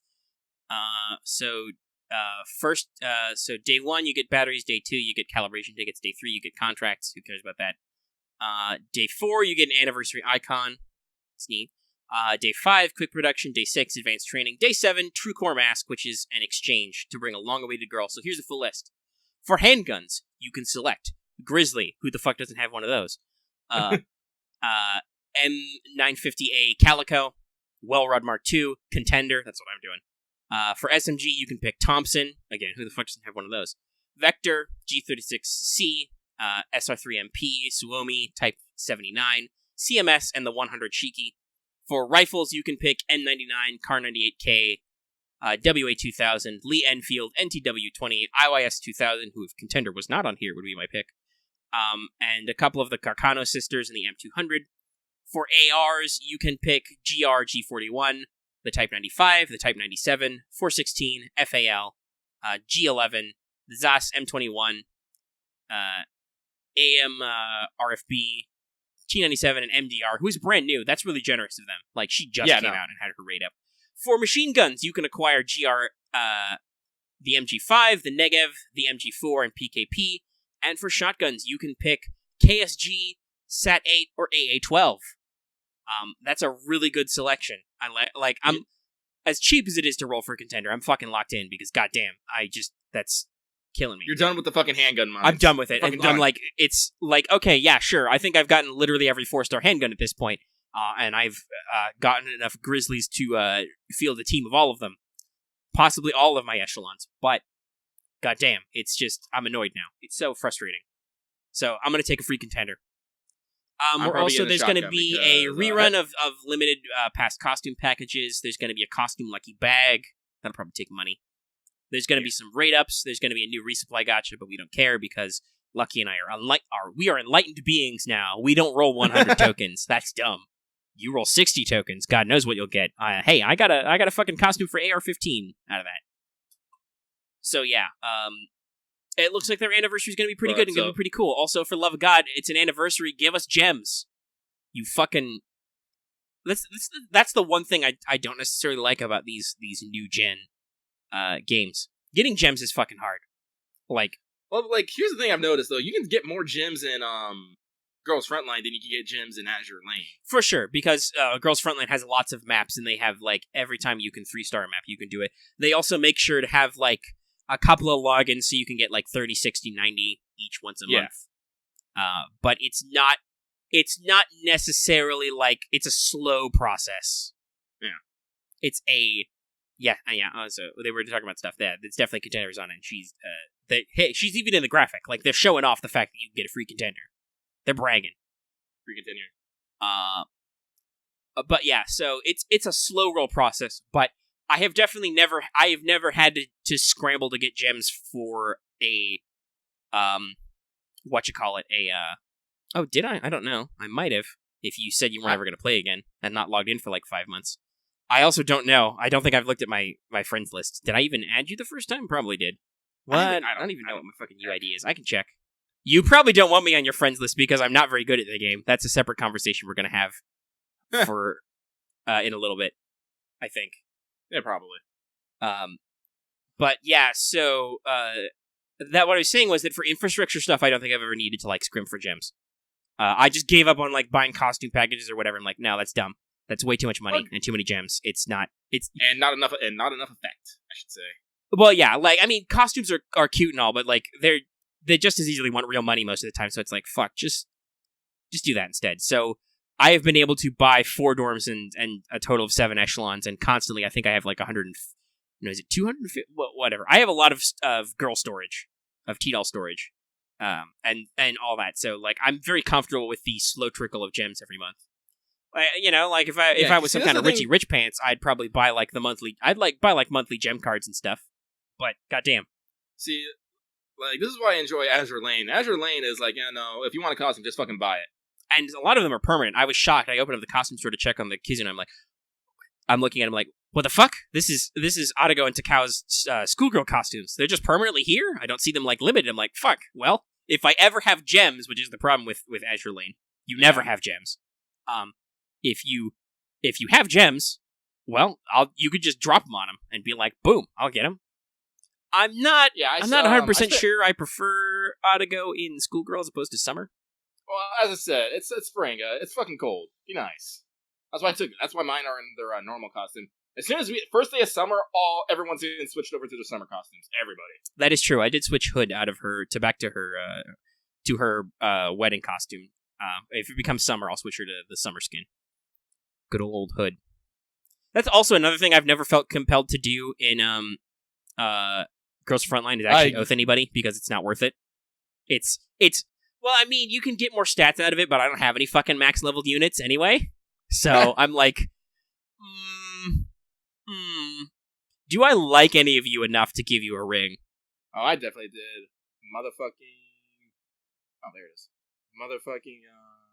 The fact that Azur Lane gives you free skins with it is also like a good thing. Like, I don't know. I mean, I guess I kind of like Lee Enfield. She's my adjutant right now and has been for a while. She's pretty fun. Contender is also kind of cute. I like her. I like her haircut. Like, a lot of girls have good designs and stuff. It's just like, I don't know if I feel like I've bonded with any of you enough. That's something that I do enjoy that as in this game, is that you can actually feel that you can bond with your digital PNG. Yeah, there's that. And I think that's something that Azur Lane does slightly better because of the way affection dialogue works. Like, you can feel the transition as you grow in affection. That said, Girls Frontline still has a lot of good things going for it. We just talked about, for instance, it's got a really good gem thing. What it doesn't have good going for it is teaching you how to play the fucking game. So I've been pretty sassy about like how hard it is for me to like level up and stuff. I'm working on some things, to get there, and like, they got a really hard event. So I'm like, why am I not going anywhere in this game? Because I'm not. Like, I barely scraped through and got Chapter 7 recently by brute forcing it. I'm like, man, it's real hard. Is there a better way I should be doing this? And so I sat down at like 2 o'clock in the morning, and I spent like 10 minutes talking to Camper, who he went whole hog on Girls Frontline. So he knows a lot about the game and the way it works. And just like, I learned more from him in those 10 minutes than this game ever taught me in literally almost a year of it being out. It's like he's looking at my number 1 echelon, and he's like, well, your problem is that you've got one every class, and I'm like, I'm not supposed to do that? The game yells at me if I don't do that. And he's like, no, AR, the 3 ARs and 2 SMGs. I'm like, okay, I can kind of make that work. And I did, and the levels are all over the fucking place. But I feel like, despite the lower levels, they still have a shocking amount of power as a unit, my new number 1 echelon. And hopefully they work together and go more efficiently. They've definitely been doing okay at leveling the lower end. Not that I think Camper will listen, because we've been talking about P5, and he's still not done with that game. He finally figured out how he can play it, but he's not done with it yet. Well, also, he did what some people might think of as a dumb thing, and he completely restarted. He was actually pretty late game. He was on Okamura's Palace, and he was like, I haven't played in a while, I'm going to restart. Brave man. But, he said to make sure to level 9A91, because she's, like, she's a pocket OTS, she's an AR who's really good at night maps and has a night ability, so, like, she's already gotten up to the level where she can be dummied 4. She can also equip the quad. So, like, that's helped me a lot. Like, he advised, okay, so you want to do handgun and AR teams. And I'm like, okay, I can do that. I asked him, like, so I've got a lot of shotguns and machine guns. Should I care about them? He's like, no, don't worry about shotgun and machine gun teams until you have a decent AR SMG team. And I'm like, okay, I'll leave those to do logistics. And, like, just, it was, there was also, he gave me he gave me the tier list, but he's like, don't care about the actual tier parts. Doesn't matter. You don't have, like, fully leveled units. Look at the gear, and it's like, yeah, never equip this gear on this unit, do equip this on this, and the other thing, I'm like, my god, this is super helpful, because I feel like my equipment storage is just, like, all over the place. I'm like, oh, this is actually super helpful to help me refine what I want on what guns. Like, it's like, I think it's red dot scopes are like, these are literally only good for shotguns who just need shitloads of accuracy. For everybody else, give them, like, telescopes for crit plus. And, like, a lot of them are like, okay, you don't have to give your pistols hollow points, but they can't take any other ammo, so might as well do it anyway. And stuff like that. If you have an off tank, make sure to give your SMGs the kind that boosts the most evasion, because they're purely tanking. If you have an offensive SMG, give them the one that just gives them the evasion boost but doesn't, like, lower their damage power, because that's not what you're doing. I'm like, yes, yep. This is good. And it actually recommended me some. I'm like, oh shit. So this SMG I have, who's really high level, it was either Sten or Scorpion. I don't remember which. It was probably Scorpion, because she's got an offensive skill. It's like, oh, okay, so I'll make sure that Scorpion has this version and then the other stuff. I'm like, wow, holy shit, this is helpful. I really wish the game fucking taught me this at any point. But no, the game still yells at me for my number 1 echelon. I'm like, oh, you don't have a handgun in here. That could be really bad. And Camper was like, yeah, no, just, you'll ditch one of your ARs and put a handgun in if you're doing a night map or something. And I'm like, okay, that's good advice. I can work with this. So I've been slowly trying to power level my way through that to, like, build a better team comp and level them up. And I'm glad that I can actually I feel like I'm more effective at the game now. I feel like it's better, and I'm glad to actually, like, I figured that team comp was a thing, but like for instance, Camper told me, yeah, just ignore formation bonuses. Just put them in an F formation And he's like, think of it like your keyboard. Put your ARs at 147 and your SMGs at 8 and 5. And he's like, okay, so you've got a high-level UMP. She's a good tank. Put her at the center in 5. And I'm like, okay, holy shit, I understand this. You're teaching me things. Why doesn't the game want to be played like this? Because that's really what I think of it as like, right? Like, the game doesn't teach you these things. The game doesn't necessarily want you to play this way. It wants you to be like, oh, include this so many guns and build this sort of team. Always include at least one handgun and put them in special fancy pants formation so you can use all their formation abilities. And I'm like... And this reason right here is why I don't like meta. Because all these problems that Omega is talking about, I never had, and I have not looked at a single fucking guide. Well, we've talked about this, though. Like, you're thinking to yourself, you're like some kind of gaming savant. You figured out a lot of these ideas without trying. So it's like, because like both Girls Frontline and Azur Lane, like I have like several like level 100 units. Like, fuck that. Yeah, and honestly, with Azur Lane, I don't think you're necessarily any better at it. I mean, it's just I think you went a little bit more whole. Well, for both games, you went a little bit more whole hog right when they launched, where I was a little bit more gradual. But I think that's mostly just for Azur Lane is just you got a little bit more in there in the game, and you spent a little bit of cash in there to like get, you were more physically invested because you spent on it for costumes and stuff too soon after. So like I think you just built up a little bit more. Like I haven't ever had a whole lot of problems with difficulty in Azur Lane, other than the late game story maps are kind of hard, and I want to round out my teams, but maybe I made bad decisions with my Bullens in early days. Like, because I did actually like complete like Arctic Warfare. Like I beat it. Like there's no reason for me to do it, but I did. And then in Girls Frontline, you totally figured out something about the game earlier than me and stuck with it. And the problem is I can't explain what I did. Like that's my big like this is the problem I'm realizing I'm having. Like when people are like talking about all these guys, he's like I want to chime in, but I'm like, wait, how did I actually do this? Like, let me pull up Girls Frontline. Let me see here. How many actually level 100s do I have? Because my first two echelons are basically almost all level 100 because they could be all 100, but I keep them slightly, I like to use them to level other ones. So, hang on. Let me see. Right, because you can do some different stats. Yeah, some different tricks and stuff. Like, I got, like, my contender, like, what was it? January? February? March? Yeah, you max leveled her immediately. And also, like you said, I definitely know there is a plateau on that third daily combat sim. That's right. That's what they call them, the combat simulations. Like, I know that there's a plateau there. I wasn't able to do that for a long time. Also, I think you did know something that I didn't, which is just you can try and brute force the map and just get your EXP that way. Camper told me, and I kind of agree that that's not as efficient if you can actually get the full EXP out of the game, but I could have definitely been making attempts to get XP on my higher leveled echelons before I completely rejiggered them. Like it used to, like here's one of the things I do not like about the new updates. Before, because I actually wanted to prove a point, but before the update, it would actually tell you how much experience you got after it. Now it doesn't. I was like, God damn. But not in total. It shows you. Well, it does kind of. It shows you the bars and like and stuff, but it's not. I don't think it's as obvious. You can. It's better spread out so you can see everybody, but yeah, I don't think it's as clean now. Let's see here. Yeah, I got. I mean, there are definitely games I'm like. I feel like I couldn't communicate how I'm good at them. Like I play a decent amount of shooters, and like I can have some really good rounds on some of those pro type shooters. Like I mean, I'll admit I'm a console pleb, but still, like there's hand-eye coordination involved, guys. And quite frankly, like I said, using the mouse to aim hurts my hands sometimes. Maybe if I was 100. Richie Rich Pants and I had a sweet fucking ergonomic gaming mouse or something, I would be fine. But for everyone else, there's controllers which are actually comfortable to use. Let's see here. I got level 100 Thompson, WA2000, Lee, G41, Grizzly, The Fall, Type 97, 3R, SR3MP, and Contender. Honestly, I don't try to do the EX stuff in AL. People are talking about that right now, but that's just because I know that like I haven't put any effort into like balancing my teams beyond like, oh well, so I know Queen Elizabeth is really good at that, so I'll put her in my all HMS fleet team. Also, the other thing was that I realized that like.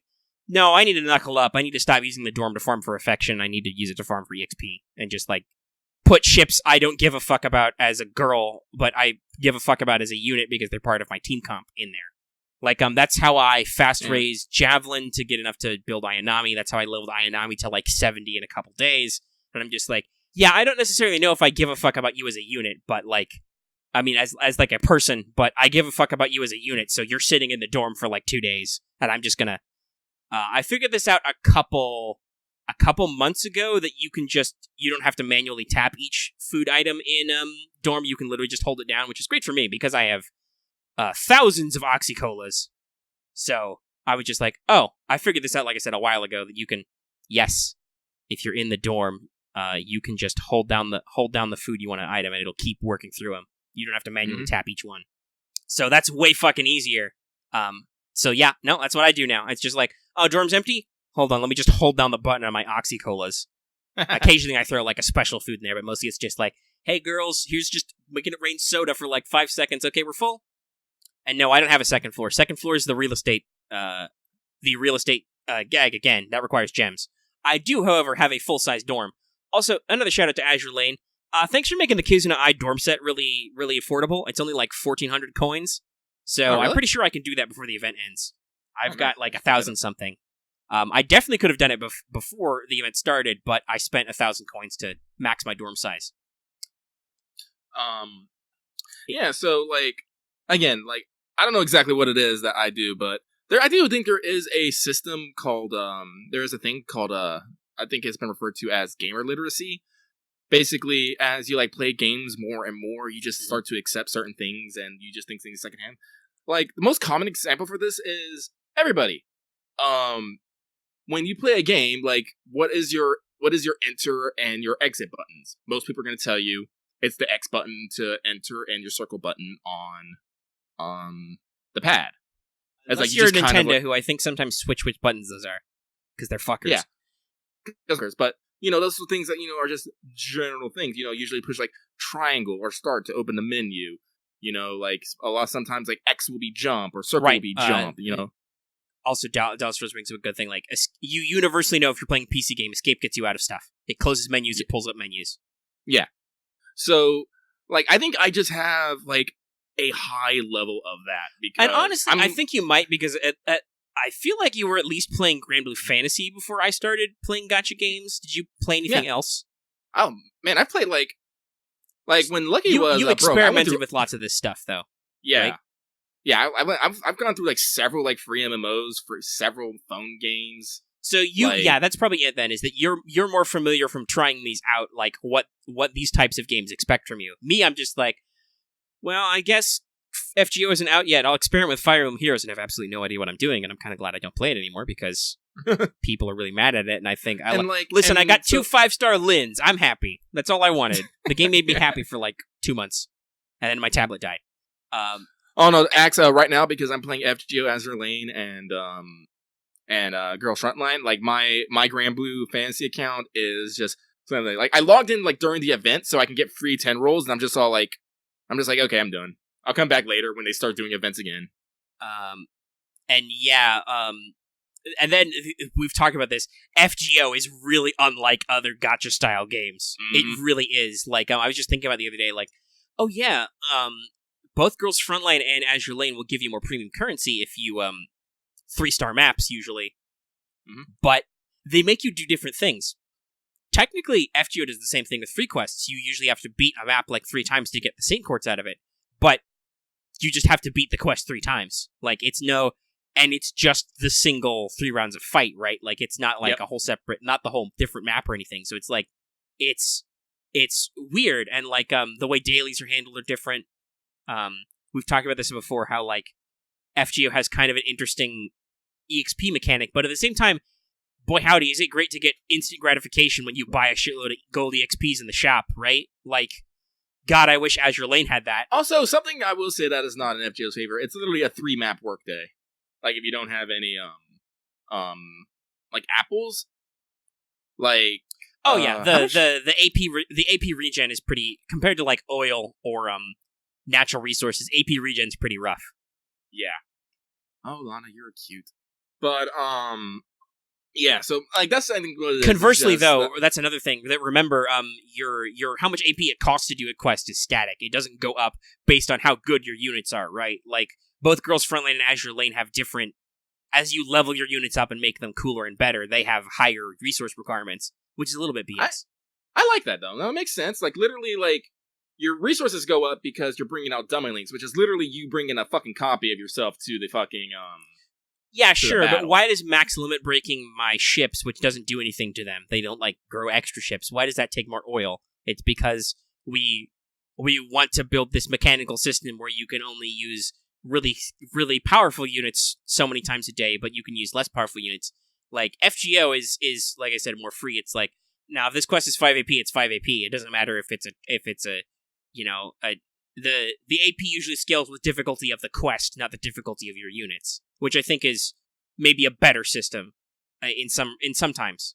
Like, I'm not saying it doesn't make sense, but I'm saying from a game design perspective, it's a little bit BS that the game is like, oh no, the difficulty of the maps is what the difficulty of the maps is. We charge you more if you bring a better team, as opposed to, this is a harder map. It's going to take you more effort to do, kind of thing. Like, I think it's looking at it from different angles. I'm not saying it doesn't necessarily make fiction sense. It's just like I'm not sure necessarily either one is better, but I kind of like that FGO's system doesn't feel like it's punishing you for having better units.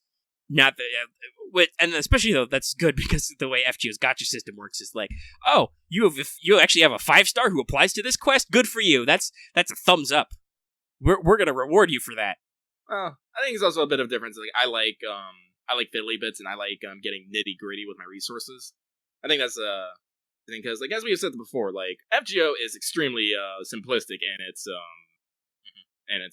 well, like I said, I wouldn't mind if there was different. Like, God forbid, if it was a construction style gacha, that'd be great. Yeah.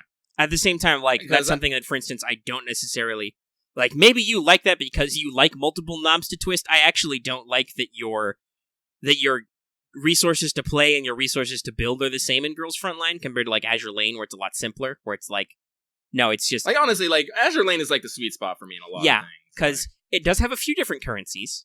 Like because coins do different things, dorm coins do different things. You've got gems as your premium currency. You've got cubes to build ships. You've got oil to send ships out, both on commissions and actual mission runs.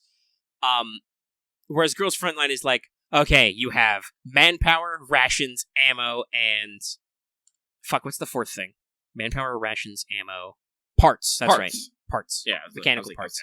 And it's like, so those all make sense for you to use to build something, but also they're what your units spend to launch and to refuel and stuff. It's just like this is a little. Sometimes this is a little confusing because it's like these are all your resources for everything. Like, and also the way Girls Frontline scales, it's like, oh, you want to do some heavy construction? Well, you better get ready to sacrifice some of them resources.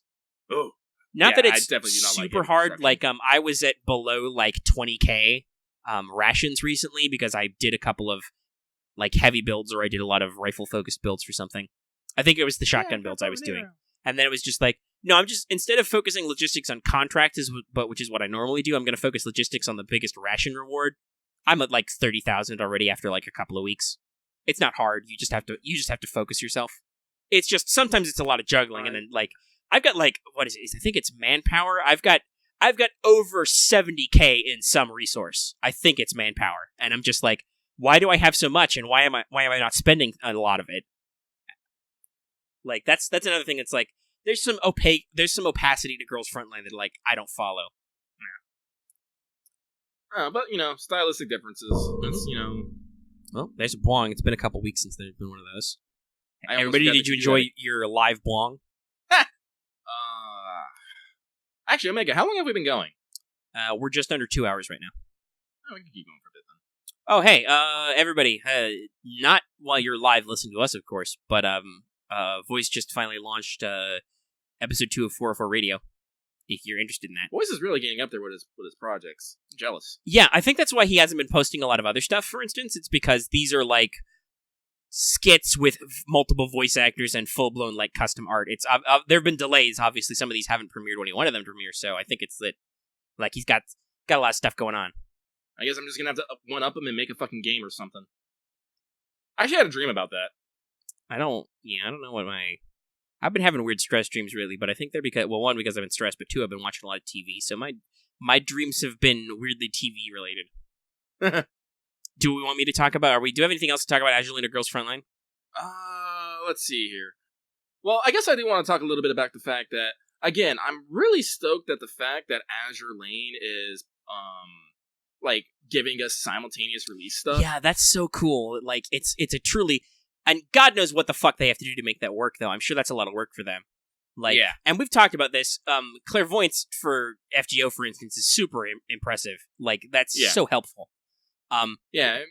Like and there's some stuff we don't get parity on, and we can't get parity on, which is kind of annoying. Like the Kizuna Ai collab in other countries gives you priority ship, research ship components, for instance. We don't have priority ships here. We're still getting general blueprints. Okay. We're like specifically for season 2 priority ship parts though is what it is for other places. So like, and I feel like they wanted to have research available before this event dropped, so it would have been relevant. Now it's just like kind of you're stockpiling for the future. So they tried to make it kind of relevant, but it's not quite the same. And there's a real question here: is like, well, what are we going to get for an event later that's going to give us those resources? Because apparently the second season of priority ships, we talked about them before. That's like Frederick de Grosse. Is it Azuma? I hate him so much. Yeah, the two URs. They introduced the rainbow version of research ships. There's going to be 2 of them, which are fucking amazing. They're like super top tier and really cool. They're a real pain in the ass to build. You and I are great because we have limited backline ships for Iron Blood because we went whole hog on that faction. But if we didn't, we'd be real fucked when FDB comes out because she requires you to grind EXP for backline Iron Blood ships. So you need to have. I also plan on making Ruin my. For those who don't remember, we were supposed to have the first priority ships with the Kizuna Ai collab, but that got pushed back due to stability issues. But like, so like I plan on getting like Rune like right out for the gate, and like looking at the requirements because people have been talking about it and posting them. It's fucking nuts. Yeah, Rune's a pain in the ass. She needs a shitload of EXP. Yeah, like 3 million, I think. So, like, combined from like prioritizing your priority ships, ironically, is a big deal because you can pause, but you can't freely switch. Yeah, I don't know. I'd have to look at the list again about who my first research ship is going to be. Also, yes, Artemis is a good point. Specifically, 3 million with Ironblood ships. Yeah. Well, I said once I posted it. Okay, so hold on, I'm going to read it. So to unlock Rune, you need 7 Ironblood frontline ships, which means you probably need to have done some events and stuff. You need 1 million EXP from sorties with Ironblood for 1 step. You need to complete 5 research projects. You need to prepare 10 blueprints, which will be consumed. You need to earn 2 million XP on frontline Ironblood ships again. Specifically cruisers, by the way. Destroyers don't count. You need to complete 8 research projects, so I think that means that's 13 total. You need to prepare 5 gold blueprints. You need to have 20,000 coin bucks handy, and you need 5 wisdom cubes handy, because they will be consumed. So yeah, Rune's a bit of a slog. Like I said, like... What if I Panda, since you're looking up stuff, is there a handy list of the first batch of research ships so I can look at all of them at once? It's like I'll be okay, because like I said, I just got fucking Zeppi, and she's being leveled. I decided not to consign her to the door. So it's Neptune, Monarch, Ibuki, Izumo, Rune, and St. Louis. Which one of those do I want first? I like Izumo a lot, but Monarch is cool. Izumo. But yeah. So I think we should be getting the research ships like next week. I want to say. Yeah, they had to delay it a month. So Monarch is cool. A full month. Not like a full month, but like they delayed it to the next calendar month. I think was what they was all they said. Yeah. But St. Louis is cool too. But again, I'm kind of glad that they did now because I am being a little fucking swamped here. Yeah, Azur Lane's like going there. So not only are we doing we're doing a Kizuna Ai full-blown collab. It's got an event map and everything. It's a full-blown event. Immediately after, for us anyway, we had a brand new event, which was a big deal, where we used all our fucking cubes. But also, because it's Children's Day around now in Japan, there's a fucking whole thing, which is like with the tiny ships, which are coming. Yeah, so priority ships are postponed and are slated for release tentatively on May 5th. So it is early next month. That'll be a Sunday. So a couple weeks from now. A lot of people are whole hog on Zeppy. So yes. As I said, She is for the meta and for the cute. So let's see. Yeah, I'm pretty interested. I like St. Louis a lot. Oh, actually, this she's French, so this would be Saint Louis. We actually have a. We already got Lucky Lou. Yeah, we already got an English St. Louis. This is the hypothetical, because that's the thing about prototype ships. These are all hypothetical ships. Some of them are more nebulous existences. Like I think we said this like a week or two ago. That Rune is like a hodgepodge of a couple of hypothetical designs that were not necessarily combined in real life. Frederick de Grosse is based on plans for a class of ship that may have had some keels laid out, but never got past that. There was definitely the Rune class cruisers. Well, yeah, Rune gets her name from real ships, but the actual design she's supposed to be modeled off of, because this was, in other countries, this is a functional collab with World of Warships, who also has these like high-tier prototype ships. Yeah, so that's where that class is not necessarily the actual, because there's an actual real ship model that Rune represents. That's not like a proper class, but it harkens to historical classes. Frederick de Grosse is based off a World War I ship, I believe. Yeah, the name I think is taken from there, but the design is a hypothetical World War II ship that didn't get past keel stage. The Georgia from their season 2 of prototype ships is based on a paper where they wanted to build an American battleship with larger size guns. The kind of stuff that like on Royal Fleet and Sakura ships is like they're the kind of like big 7 guns, right? It would have been our equivalent of that, but wasn't. So that's Georgia. Georgia looks pretty cool from the next one. And so Azuma's got other couple of similar stuff. I'd have to double check like what other ships are based on. Like I think Saint Louis was actually like possible. They were thinking about building it, but obviously in World War II, the French didn't really get their feet under with their navy. I'm also kind of surprised we haven't had an Italian analog. Yeah, I think they have a name for them, but we talked about this where, like, it's weird, because they had naval actions. They weren't necessarily super great at it because they were pretty busy, but they had stuff out there. But at the same time, I feel like, I don't know why, but I feel like Zeppi will be permanent later, Dallas. She's not permanent right now, but they said that they will be added to the permanent pool at a later date. Yeah. But, but they mentioned, Belle is just now being added to the permanent pool. Yeah, that's the thing, though. It's Little Belle-chan or Little Belle was basically this equivalent last year, and only just now, after a year passed by, has she become permanent. Yeah, so that's why I'm all like, I can wait a year for like Akagi and Hiei, but that's a long time to wait for a meta comp. Yeah. Yeah. And by the way, if you're wondering why I'm not concerned about that, I'm just like, fucking whatever, tier pits. I'll figure something out for you. My Ironblood fleet runs Graf and then the 2 sister battleships, Scharnhorst and the one with the G in the end that I'm like, I have literally no idea. I have like, no, it's German. It's got to be something like. It is angry German screaming. Right? Let's just go with. I'm like, I have no idea how to pronounce this phenome. Oh, thanks. Dallas has some good ones. Charm Nashu. Well, hey, you never know. Maybe they'll retrofit Zep. Speaking of retrofits, though, Lexington retrofit when I'm Saratoga's okay, but I also really like Lex's design. It's sad that she. Personally, I feel like Saratoga's been getting a little bit too much. Well, yeah. So for us anyway, Saratoga just got an easy as balls skin to unlock. She also just got her retrofit where she can go gold, which I've already done. And now she's also one of like the 2 ships. Yeah, she's like, other than Kizuna herself. I mean, there's a lot of these. I don't understand what the fuck this represents. By the way, why are all these destroyers in curry outfits? I don't get it. Why do we have a? Hey, I love curry. I mean, I'm not against it, but that's sad though. Why? Otherwise, she's just shittier than Saratoga. Game. Why? Why you do this? Don't have junk units. Make them better. Like, was it Exeter? Exeter got a fucking retrofit, and I think Exeter and New York, I think. Are they both out? I don't know. I mean, I don't think that matters. But yeah. I don't think it matters that she sunk or anything. Yeah.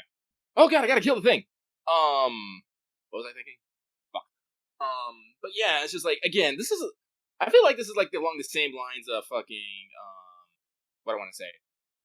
rank up quests and animation updates in FGO. Like, how do they decide these things? Like, yeah, I don't know. I mean, some of it's like popularity, though. I feel like because it's a collab with a curry house. Oh, no shit. Well, that explains everything. That's kind of really weird that they decided to do us simultaneously. Hey, I like curry. It's still strange though, because obviously the curry house probably doesn't have anything here to make a collab with. Oh well. It is also again just a costume. So maybe you like curry too, and you just want to put your fucking destroyers in I don't know. And honestly, I think that's running. A problem that starting ships in AL had. Is there are a lot of sister ships which are basically functionally identical. They don't have any different stats. They don't do anything different. Their skills are the same, and so it's like some of them have retrofits which actually alter some of those profiles a little bit so that they're more distinct, which I think should be more of the game design, right? Like even if you're going with historical accuracy, these ships were of the identical class and they didn't really do anything special. That's like that's okay, but you're trying to do a collectathon game, right? Like. You should make your units distinct and, like, worth picking, otherwise, why did you even bother creating them? Yeah, she breakdance. Use knives. Yeah, I know, which makes me sad, because I'm sure, because Saratoga is tinier, that people don't give a fuck about Lexington, despite the fact that she's super elegant, and I like her a lot. Like I said, but, on the other hand, One Fat Panda does have a good point, which I was going to bring up. Don't people fucking hate San Diego? Like, she's super annoying because she was a really shitty ship. Like, she was pretty bad for a full gold ship, and then she got a retrofit, which actually improves her a lot. I mean, my San Diego's like level 100. I use her occasion. I have her like completely spec'd for anti-air, but right, because that's the problem though, is that she's hyper focused on one thing, and it's like, but do you? Well, here's the problem though, Dallas. She doesn't have the retrofit to gold, which means she's not as good as Saratoga, who I think wasn't Saratoga a bonus event ship? Like you could get her. Was it for first-time gems or complete a tutorial or something? No, you get Saratoga for that. Yeah, that's what I meant. Saratoga is you get her for free. You have to roll Lexington or get her in a drop. Trust me, I know. It took me forever. That's what I'm saying though. Like I totally would have used Lexington over Saratoga if I was given the option, but it took me a while to build her, and now it's like, I mean but now my Saratoga is already fully leveled, fully max limit broken, and she's retrofitted, so it's like. Yeah, well, I mean, that's the thing, Artemis, is Sandy is okay. She's pretty good at her niche. It's just, you can also do other things with her niche, right? Like, you can just bring carriers who also have their own anti-air and stuff. And she's kind of annoying for spooks and stuff, so people didn't really like her. But the game was like, yeah, okay, well, eventually we'll make her a retrofit. Now she's, like, really, really good. Like, Warspite was also okay, but... completely overshadowed by Hood. Yeah, but now she has a retrofit, and it's like, holy shit, she's, like, phenomenal, top of the tier list. Mm-hmm. Like, it's not like she was bad, it's just she was kind of averagey. And now it's like, well, now she's really good. Let's see, is that I think my current, who's my third back row? I think my current Royal Fleet, the back row is, QE, obviously. Warspite. And who's the third one? Is it Nelson? I don't know. I'd have to look it up. I can look it up. I don't know if we care, though. You see, like, again, like, I don't pay attention to menace because, like, off the top of my head, I can't remember fully because I haven't used them actually for a while. But my Eagle fleet, because, as I said, I build my, all my fleets, like, on the aesthetic, so it's all, same factions, is I have Enterprise and Vestal, because, Vestal, the ship, actually did, like, sail with Enterprise. Then I have Yorktown, who was also in, like, the Battle of Midway. Then I have Hammond in my Vanguard because Hammond tried to protect Yorktown in the Battle of Midway. And I can't remember the other two. Oh yeah, Portland, Indianapolis. And I put them together because they're cute together. Yeah, they're fun. So it's like, and a lot of people actually say, like, they don't think, like, Yorktown and, like, Hammond are, like, necessarily, like, good things. But I'm like, whatever. I make it work. Well, also, we know that Social Media Kun. Intern Kun. Yeah, he fucking loves his Hamons. We have different graphics in different regions, and the ones with all the Hamons is the US, the English region. Yeah, I'm down to clown with this. Also, however, you say you don't meta, but apparently you've made a meta combo. People like Enterprise and Vestal together. It's really good. It's a really good combo you did there. There's your gaming literacy, Lucky. You did it accidentally. You played yourself. I don't read the metas or nothing, but apparently I slapped together a really good combo. Hey, I see it. I should level my Vestal more. Well, repair ships are really good, again, so I should probably put her in there.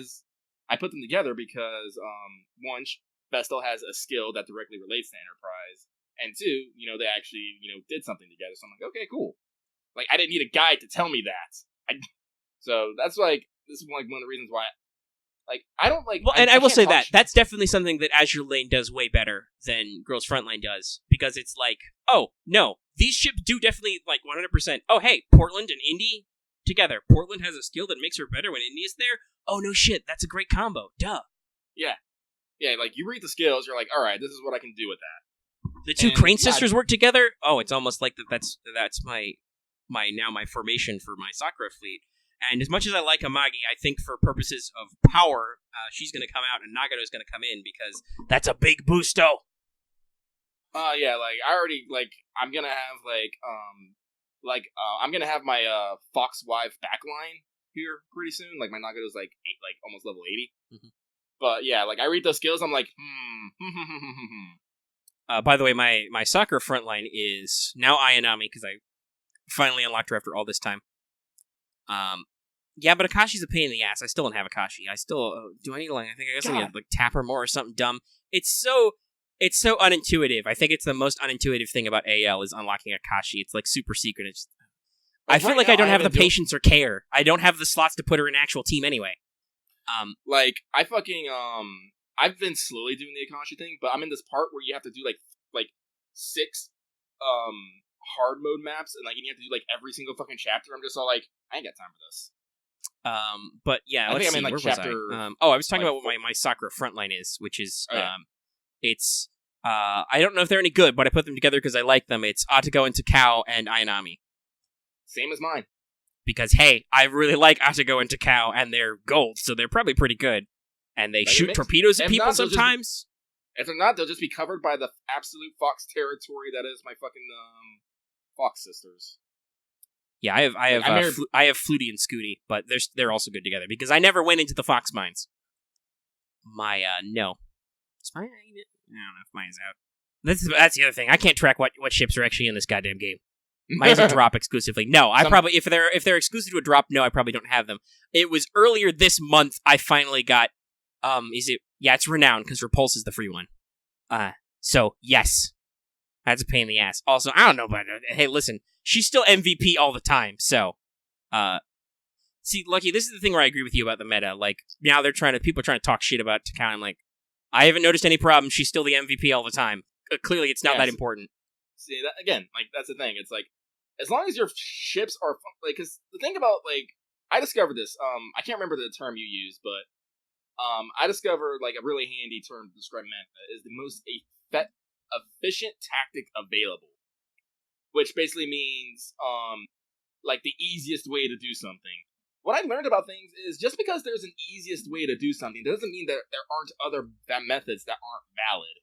And yeah, the thing about metagame in game theory, most of the time that's just talking about dominant strategy, which is just if humans have say for instance you have a Punnett square where you have 4 options. But one option sucks all the time. One option doesn't suck 100% of the time, and then the other 2 options suck 50% of the time. Humans will naturally solve that problem, and they will always go to the not suck 100% of the time square. That's just human nature. We will try to solve the game and move towards the most efficient outcome. But depending on what you're doing, that's the actual reaching the solution isn't the fun part. And quite frankly, I've never, other than. Like I said, maybe the latest storyline, but honestly, that's probably just because my units are somewhat unevenly leveled. And honestly, I could probably do more to refine my number 1 team, who's actually, I've got a couple ships that are over level 100 now. It's Hood and Enterprise. Been using them since basically day 1, but they're in the same team because my number 1 team is not necessarily super themed. I could break it up, if I leveled Vestal, maybe I'd pull Hood out, but then it's but where am I going to put Hood? I need to keep her in. She's my waifu. This is the thing that bugs me about fucking Azur Lane. Yeah, the fucking 4 fleet sucks. Yeah, I need more fleet slots. Even if you make me pay out the ass for them, I'd buy them like Girls Frontline. I have 7 echelons, okay, and it's worth it. Sometimes I feel like I need even more because I want a wider spread for more leveling. like, I don't even need, like, more fleet stuff. Just let me make presets. Yeah, or the ability to switch fleets would be another good thing. Like, FGO just added that, where you can copy different lineups and stuff and, like, switch around. That'd be great. Now, we did add subs. We get 2 fleets of those. I only have 2 subs right now, and one of them is woefully underleveled, because I at this point, subs are not essential. They're a bonus, so it's like, okay, I can't level Dace over, like, Nagato or something in my dorm, right? So, I only have so many dorm slots. Otherwise, I'd go for it, but I'm trying. It's Goma! Has anyone ever waifued Goma? I'm curious. That's a deep-seated internet question. Yes, One Fit Panda, I feel like the same. I'm pretty sure they can't go on commissions, right? I'm pretty sure they can't. Oh, you can send them on commissions, because that's how I got the Sakura sub up to, like, 60-something. Okay, you can't. They can't commission, and obviously they can dorm. Wait, let me guess. Yeah. Do they have a special lecture class? I bet they don't. I do know you can actually level them. Like, the problem with leveling them, I've noticed, is that they can only act in their effective Okay, so area. they can double up on the Destroyer class. Interesting. Well, that makes sense. They're green, but they have the same DD icon. Okay. This is one thing I feel like I like subs as a concept. At the same time, I'm kind of annoyed that they seem like such an afterthought tack on. Like, the fact that they're kind of, like, is there a way to move their area of effect around the map? I don't think so. I don't think there is, right? They're stuck there? Yeah, that's the shittiest thing. It's like, oh, well, I hope RNG is good for you to be useful. No offense, girls, but you could be fucking useless to me. Here's a question. Do they use oil to use? Like, if they cost, does it, like, increase your... where ships appear is RNG. Yeah, where ships appear is RNG. That's what I mean. Like, One for Panda says... Yeah, see, like, if they cost oil, then I'm not so much sold on them, because if they cost a resource for you to use, and you can only have a chance for them to be useful, I'm a little like... Like, if they didn't cost anything, I was going to tell Omega to be like, don't look at Gift Force in the mouth, but no. If they do actually cost something, that's not good. Yeah, I mean, like I said, they feel like kind of they clearly like they were an afterthought. Like, they don't necessarily perfectly mesh with the game mechanics. And also, like we said, the equipment thing's kind of annoying. Fighting subs is kind of annoying because, theoretically, you shouldn't have to waste equipment slots to make destroyers able to fight subs and stuff. Like, I mean, I guess... Actually, this is a very good question. I've never experimented. Can you still shoot torpedoes if you don't put a torpedo on? Yeah. Okay. Torpedoes just give you the bonus stat to torpedo. Okay, so yeah, that's bad. Destroyers should automatically have depth charges then, because they're destroyers. Yeah. Like they should automatically be able to fight subs without needing to actually use an equipment slot. If you can shoot torpedoes without needing the actual torpedo equipment, you should be able to do that. That should be a default ability. But no, you have to go out and collect weird sub kits and get your sonars and your depth charges so you can stand a chance. So yeah, like I said, it's... I mean, like, AL is otherwise generally like a top % game, so I'm not like super mad about it. It's just like, it doesn't feel like it's necessarily to the quality level of the rest of the game. Okay, now I can start shooting you with a goddamn arrow, you hippie! Let's see, so that was... Submarines are cool. There's one French submarine I really want, Surcouf. I said, I got the only Iron Blood sub. Finally, it took me a while. I was able to get her. Yeah, I don't have Chaser. Chaser's permanently added right now? I'll get her someday. I think so. I mean, I'm sure they would start adding ships that are anti-sub just because that's how they work. It's just like, it's a weird thing where, like I said, generally I think AL has a fairly decent, like children's toy way of handling naval tactics, but they at least have the kind of thing, right? So you have your escorts, you have your front line of ships, destroyers, light cruisers, who are supposed to go out in front of your big boy ships. Like, for instance, if you have an actual honest-to-God carrier group, hey, guess what? Your carrier's in the middle of that, and they're surrounded by destroyers and other escorts, which are there to prevent things from hurting your super valuable carrier, because the carrier is the force projection. And battleships were often the same. You would have your big fuck-off gun cruisers who are like, you guys need to be back a little from the main lines so you can slug it out at range with the enemy's big ships and not worry about torpedo boats slipping one in there. And, to counter air, you need anti-air guns, or you need your fighters of your own kind of stuff, right? Like, they're genuinely pretty good at modeling the tactics, but the thing is, you would actually use destroyers with depth charges, Much like how after World War I, they figured out that, lots of ships, especially destroyers, need a little bit of anti-air. It's the same way with, like, sub warfare. And I feel like sub warfare in World War II was actually a lot more brutal against subs, depending on where you were stationed. It got a lot revolutions in like communication technology and air warfare made submarine warfare a lot more complex. World War I, it's like they have to put a fucking microphone in the water and listen. And do you hear something? Well, no, they must just be under battery power and just chilling. They're not making any fucking sounds. Well, throw a couple depth charges in their general direction, and then we'll fuck off.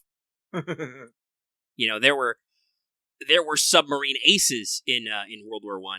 There were guys come in subs who were scratching up pretty good for themselves.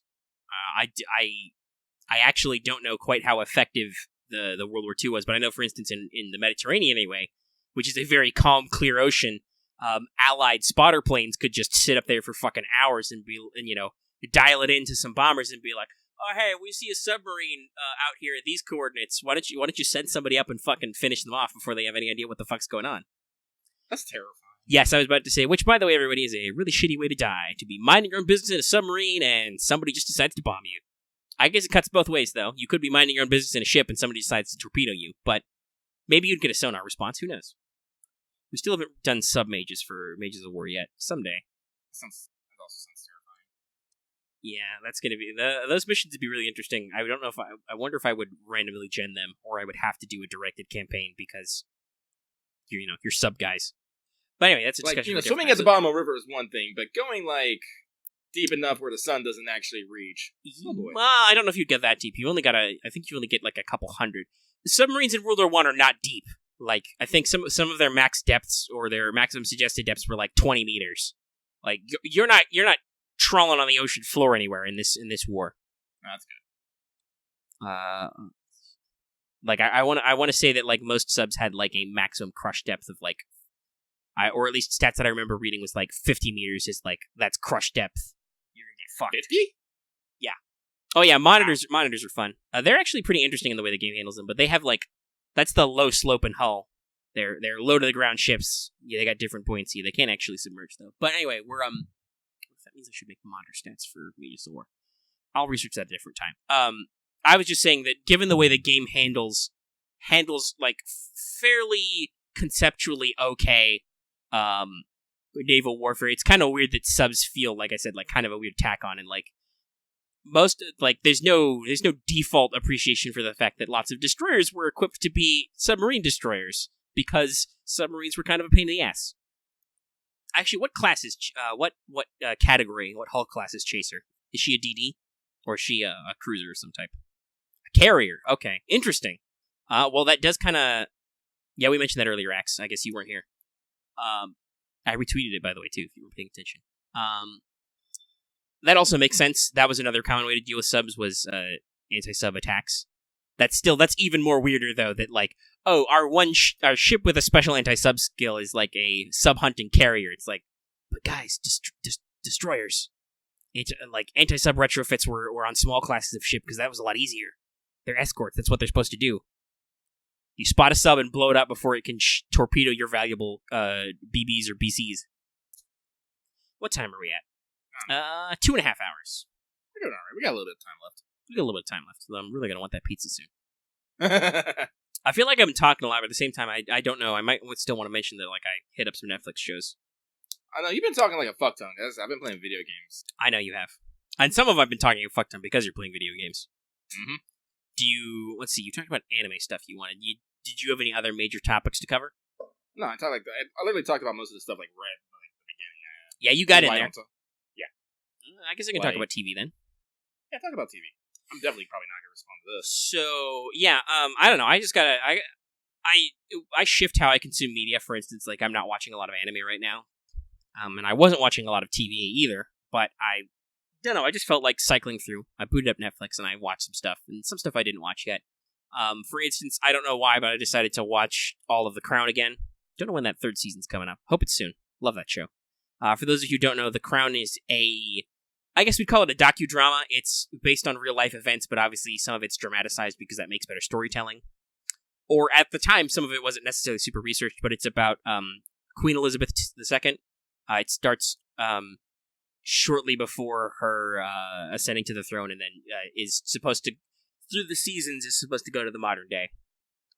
But it's all super interesting to me, and it's historical, so that's super cool, and I love that show a lot.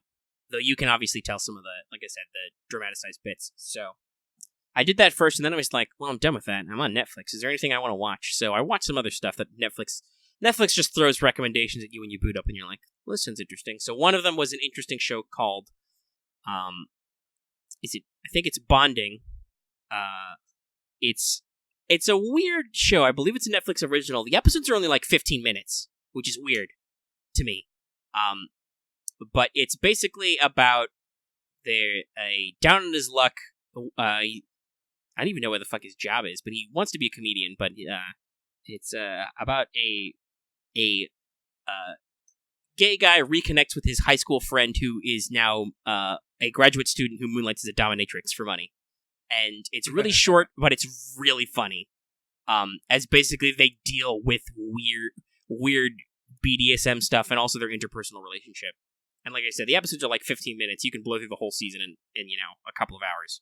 And it's funny, but it also takes a look at our perceptions of stuff in like a good way.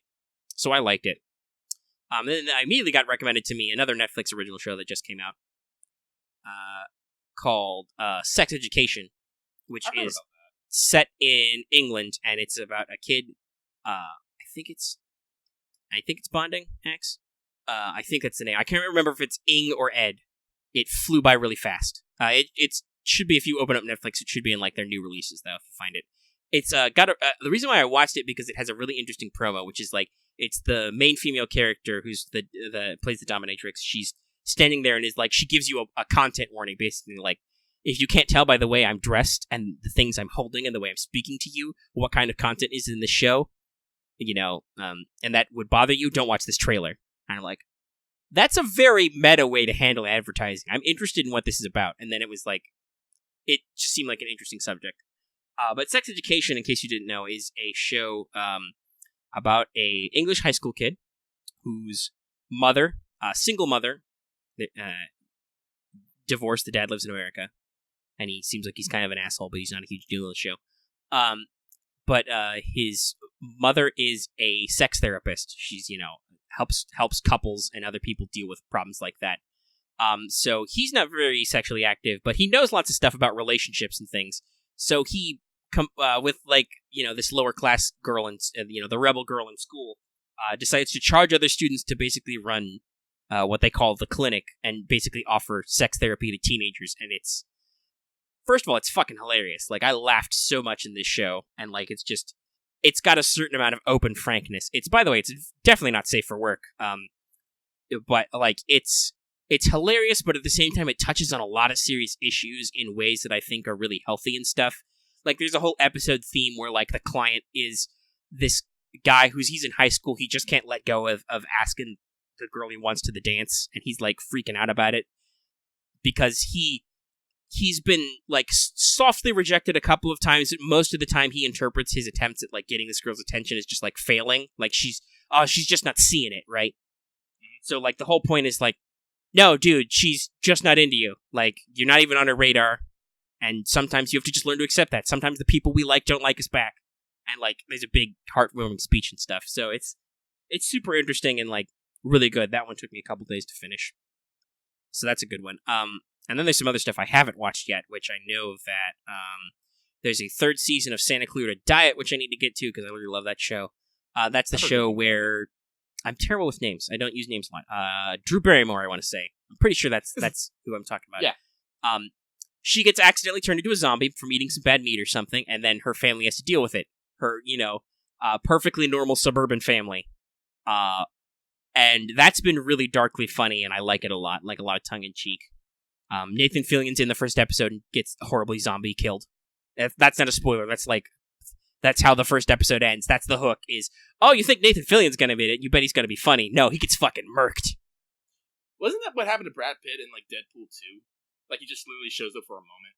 I remember Ryan Reynolds talking about that. Like, he literally they were talking, he just showed up, and Ryan Reynolds like literally paid him a coffee for I wouldn't be surprised. Is Brad Pitt one of the throwaway? There's there's a lot of cool comics characters and actors. Like, they got, like, Terry Crews in there, and I think it was Brad Pitt was one of those guys.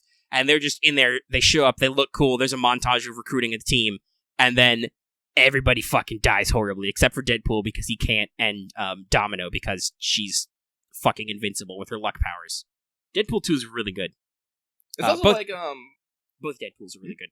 I haven't seen the second one. It just makes me think of fucking one of my favorite Will Ferrell movies, The Other Guys, where you have Dwayne Johnson, yeah, that's right. and I remember Samuel Jackson, like in the opening scene, like being badass, and they just immediately job because they decide to jump off a fucking roof. It's like, I enjoy things like that. Yeah, that's kind of the thing. Like, you think that, is this going to be like a weird comedy? Because, Nathan Fillion's making the moves on Drew Barrymore and, like, with, I forget his name. I think it's Timothy Oliphant is her husband. So, like, you think, there's going to be some cutesy drama here, or their relationship. No, she's turned into a zombie. She eats him. She, like, rips out his entrails and stuff, and they have to bury him in the desert, and that's how the episode ends. So, like, that's the classic subversion hook, which I like. But the show's really good, and, like, it's introspective and talks about family and stuff. Another show that I didn't realize had a third season, which apparently got it, is Kim's Convenience, which I've actually talked about on What's Up before. It's a Canadian television show about a Korean convenience store, right? yeah. And I'm like, what? It was super interesting to me the first time, so I'm like, oh shit, this is the third season. I'll have to check that out sometime. I didn't feel like watching it right away, because certain shows require certain moods. Like, you don't transition from, like, like a deep, heartfelt drama, or like a dark comedy to like a lighthearted comedy or something right away. That's a bit of a mood shifter, but I'm definitely like, oh shit, I gotta catch up on that. So Netflix continues to be okay, and there's a couple. I have a huge Netflix watch list, which someday I'll power through. Most of it's just there in case of a rainy day. Like, I have like 3 different Star Trek series, not because I'm super interested in necessarily watching Star Trek all the way through at any given time, but I'm like, someday I'm going to be sick, or something's going to happen and I can't, like, go out, or I have no plans. Lucky's going to be sick and I can't record anything, and I'm going to be like, I'm just going to want to watch something. And I'm just going to turn on, I'm going to flick through my Netflix, and I'll throw this on, and I can watch this for like 5 hours and not care. But yeah, so that's my Netflix situation. Let's see, what time are we at? We're at about 2:40. I think that's about time. As I said, 3 hours is our limit, so if no one else got anything. Like I said, I do want to mention, though, probably today or tomorrow, I'm going to be opening up our Patreon, setting the post to get the recommendations from our patrons for Live with Lucky, because I plan on recording that next Sunday, which is the the 5th. Yeah, that's it. Things I already know I'm going to be talking about. I'm going to be, like, I've decided, maybe I want to make a game. Maybe I want to, like, prototyping a game. Fuck. Like, it's in my head. It won't leave. You ever get that? Well, actually, no, you do get that. So just the other day, I was thinking, because we got so deep into Girls Frontline stuff, I'm like, is it time for me to brush off my Mecha Musume RPG and, like, reread my notes? And I'm like, no, I don't feel the inspiration to actually hammer out these mechanics, but I definitely will someday finish this game. I was like, I just gotta, like, well, when you honestly feel like you're gonna have to get back into anime at some point, so you can get some. Oh yeah, I forgot I brought her titty wizard. Well, at some point they're gonna release that fucking AL anime. Mm-hmm. And I'm also and I still want the fucking Girls Frontline gag anime, because we laughed and I had no idea what was going on in there. Let's see here. Words. I'm thinking. No, I think that's it for me, honestly. I do hope all of you will turn in for Live with Lucky, because, again, that one is always live to the public, because I like having people react. Right, that's the whole point of the show, is to, like, Lucky interacts with you and is prompted by stuff. And Editor Omega I'm going to finish this game. Yep. No, see, here's the thing, though. I'm talking about writing a game. Finishing games, well, some of that's mostly because my machine's not been good for that, but, like, that I'm a little bit better at, because I spent money on most of those. Like, I'm definitely... My Steam library is like 400 games. There's no way I'm doing all that. No, it's a pain in the ass. Sorry. Steam's 100%, content overload. But, yeah, they're there if you ever need them. Like, I, been getting, like, games from the Humble Bundle Monthly, so now I just got, like, Assassin's Creed Origins. I'm all like, I don't really like Assassin's Creed. I only got this accidentally. So I'm just like, well, this is just gonna probably sit in there. Although I have heard that Assassin's Creed Origin is real good. Yeah, like, make that triumphant pose, you sexy beast, you. Pog says, they turn info to singing. You missed it. I was singing before we started recording, actually, while I was waiting. But then Omega said something, and I shut up. Yes. I have caused Pog's despair. Beast of absolute despair strikes again.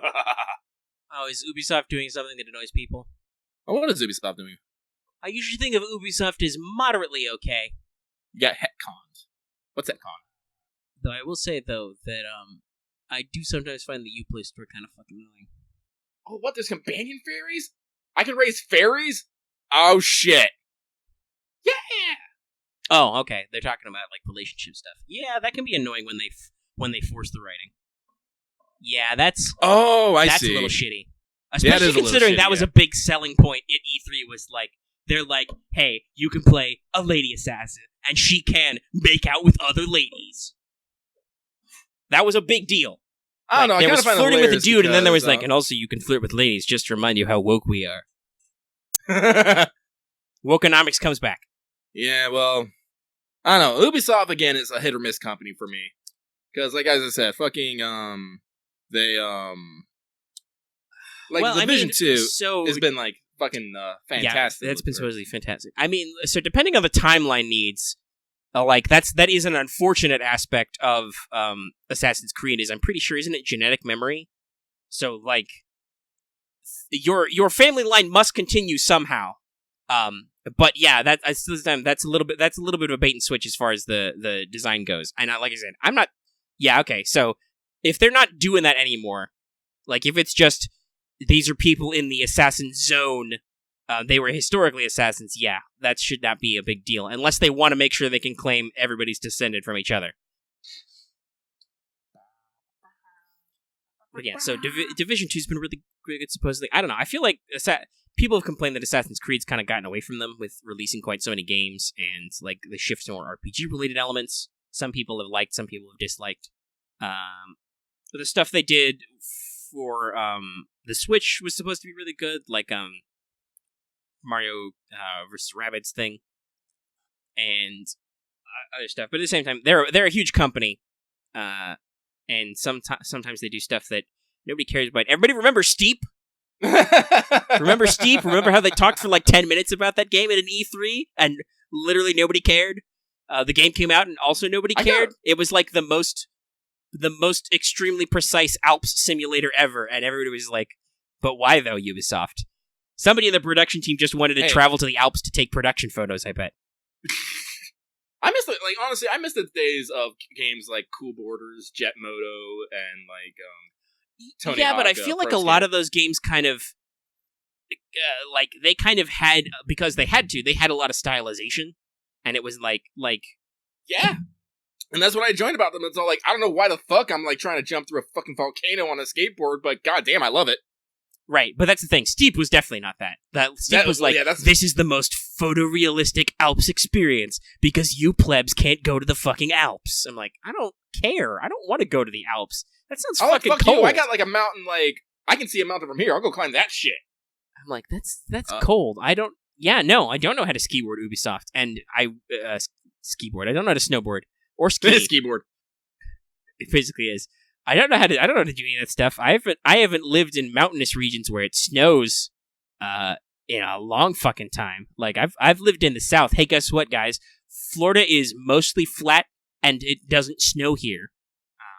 So no, I don't know how to. I know how to have a snowball fight. That's it. We do have skiing resorts, but they are sporadically based. Like specifically, we have ski resorts in Washington and Idaho. Those are the big ones I know of. I believe there's a big winter sports in Colorado. Yeah, Shiny Pogs just mentioned it. That's a big deal. Also, though, because we're America, we'll just say, fuck you, Mother Nature, and we will engineer our own ski if we have to. Like, we don't give a fuck. Hey, I went skiing in fucking... Not even America. I've mentioned this. Fucking Dubai, Emirates Mall, has an indoor ski mountain. I bet they do. Skiing in the middle of the fucking... because they have a fuck ton of money. Yeah. Skiing in the fucking middle of the desert. That's very American, is to just be like, oh, there's not a convenient mountain to give us the skiing experience? Fuck you, nature. We'll build our own mountain. With skis and blackjack. In fact, forget the skis. Just hot cocoa, hot tubs, and blackjack. Yeah, Vegas is weird. Like, real talk, I have never been really attracted to going to Vegas. I mean, I'd love to go there just once just to see it, but, like, I'm super, not like penny pinchy, but, like, I'm scared for my money. I'm like, I don't want to gamble. That sounds terrible. I mean, I know I play Gacha and stuff, but I don't usually put a lot of real money in it. And, like, I don't know, like, I wouldn't want to just, okay, sure. Like, I know some people say that, like, I'll just, like, have $100, just set aside money specifically to be willing to lose it, but I'm like, but I don't want to set aside money to lose. That sounds bad. Like, that just doesn't, the way I'm wired, that doesn't appeal to me at all, the idea that you're going to just lose money. Mm-hmm. And that's the experience, basically. The experience is, you'll take a chance, roll some dice, or draw some cards, and then maybe you'll win and maybe you'll lose. I'm like, okay, in like, I think we have, when we had back in the old Game Boy Color days, we had like a full-blown virtual casino, like card. So you could play virtual poker, you could play like digital blackjack and stuff and slots. And like, all right, that's fun on like a Game Boy card, but no, like I'm like, no, that's way too much. That's way too much tension and effort to be like. So I wouldn't want to go there to gamble, but like they have a lot of interesting stuff there, and I really like the original 3 Oceans movies. Anybody know how Ocean's 8 turned out? I feel like it didn't turn out well. And I don't want to be smug about it, but I do feel like I'm not sure they brought as much of the A game with the cast as they could have. They tried though. So I don't know. All right, Free to Play says he liked it. I might try it. If it's still in the Ocean style, that's all I need. I love those movies. Those are such good heist movies. But the problem is though that they have really fucking good chemistry. Like that's so good, especially between Clooney and Pitt. But just like everybody's got like it's fucking phenomenal. For a cast that literally has 11 dudes in it, it's like, god damn, you make this work. Also, yeah, like Artemis says, I'd visit Vegas just because I fucking love Fallout New Vegas. We could go to Prim. We could go to wherever the fuck. What city is Novak supposed to be? I don't remember. It's supposed to be somewhere, but it's Novak. Check out some stuff, see Vegas, see the lights. But like, I wouldn't want to go to Vegas it up. It's not my jam, yo. That's not how my Heart of the Cards works. Now, if they wanted to challenge me to some kind of underground Yu-Gi-Oh tournament, maybe. You didn't see me, but I just gave a very flat look to my computer monitor. Wow, you give a flat look for once. Usually I do those. Yeah. Also, yes, again, by the way, like, maybe don't talk to me about modern Yu-Gi-Oh meta because I have no idea. It's been years since I played it for reals. And I actively avoid cards I don't understand. When I did Yu-Gi-Oh Pro videos, but as you can tell, we released a shitload of Yu-Gi-Oh Pro videos before this channel like kind of took over. Oh, Novak has no. Oh, interesting. Huh. Interesting. So there is Nelson, but it's different. Okay, that's interesting. So there's no exact Novak equivalent, but there is Nelson is a place that's up there that we could check out. But anyway, I really liked a lot of Yu-Gi-Oh, and I played pretty good for a couple of years before I broke myself of my What do we say cards are made out of? I guess cardstock. My cardstock crack. I got out of my drug habit of spending $7 every week at a Walmart or Target. I remember those days with Pokemon. So you know something that makes me sad when I think about it? They that? Don't sell Shonen Jump here in the States now anymore, do they? They don't? Oh, that is kind of sad. I have quite a few of those. I got like half a dozen. I never could save up to afford the yearly subscription. But every couple of months, maybe we'd go to a bookstore and I'd be like, ooh, there's a Shonen Jump, I'll buy it. You see, that was like my mom was pretty like stingy with money, especially with me. But that was something that she let me do like every month. She'd give me like I can't remember how much it was. But, I can fucking find them. Do you want me to find them and look what the price listed on the back is? North America, U.S. Shonen Jump. Maybe they do still sell it. Let me check. Well, they have it online, but I don't know if you can buy it physically. Let's see here. Oh yeah, they fucking okay, so I found it. The first issue was in 2002 and the final issue was in 2012. So it ran for like 10 years in the States. Let's see here. Oh, and they decided to focus on a digital. I don't know. First one I reached for, everybody. Now that I'm back. The first one I reached for was August 2003 and it cost $4.95 US. Wow. That was cheap. Because Shonen Jumps weren't small. No, they're pretty solid. They were like Also, they weren't big. This poor Shonen Jump's like super beat up. Like the cover, and I think the first page fell off. That's a shame, but they're not like heavy duty paper either. So yeah, I think it was a monthly thing. But man, I look forward to that shit. Like I collected them for like a couple honestly, years. The $5 actually, is pretty convenient. Like I said, I never had enough money to save up to get the yearly subscription and mail in, but I could every couple of months I could buy one of these. It's like I don't know. Like I'm one of those people. Like I still enjoy my Dead Trees media. Like oh god, like digital is so convenient, but like when it's 2 fucking a.m. and I'm laying in bed, like I like to be able to like just to turn on a fucking lamp, get under my covers, and read a fucking book. Like, God, I don't know. Call me analog, but I don't know. Just doesn't quite feel the same sometimes when I'm like getting eye strain from staring at the fucking tablet. Let me just like directly beam blue light into my eyes. Heck. Pollux is mentioning like new book smell. Plus, you can take books in the tub if you want to soak. I don't know. My phone is fucking waterproof. It can actually survive like several meters worth of submersion. I'm a huge dork. I have a my dad went to like a disaster conference or whatever and brought back some tchotchkes, and I claimed the waterproof phone bag, which is supposed to be for like storms and shit. But I'm like, fuck it, I'll hang a phone in the shower. I think I tweeted about this. I completed the ultimate naval fantasy. I played Azur Lane in my shower. Yeah, no, like when I'm talking to people on like Discord and it's like, oh, Lucky, what you doing? I'm like, I'm in the shower. I am literally in the shower. Like hot water is raining upon my head. Oh man. So you know, I can't do that with a book, but like Pollux is saying, you know, take a book to a tub. You get a glass of wine. You get a fucking bubble bath. I have a jacuzzi bathtub. Nice. I let that shit rip. It is a good time. Yeah, I kind of got out of the habit of bath. Well, part of that's because a couple houses ago where I lived, I didn't even have. They were like, because it was the house we built, so they're like, there was one bathroom that was basically for me because there was a guest bath down at the far end of the house, and then I was down towards the master end where my parents lived. They had their own room with like a shower and a separate tub and stuff. For the bathroom that was basically mostly for me, but occasionally for guests, it was literally just they built a section and tiled it out, and it was just a shower. It was a fucking big shower though, so I got used to it. No, don't get me wrong. You get like, so I used to have she really wasn't my girlfriend, but a very close friend who used to work as a massage therapist. Well, who still works as a massage therapist, and basically, I go and see her and get an hour-long massage and flirt with her. But then I realized that after massage, I could request to use the spa's giant fucking shower. Oh my god! Like if I ever like build a house, I'm building one of these showers. It's one of those showers that has like one of the giant shower heads that just like pours like a waterfall amounts of water on you, just all at once. Then it has like the side steam jets and stuff, so you never actually feel like you're like a part's being missed. Oh my god, that thing was so amazing. Like that's sick. Like yeah. I like baths, but baths just like the problem I have with baths is that you can't soak in a bath because eventually the water gets cold. This is why like I fucking love hot springs, because the water stays constantly fucking hot.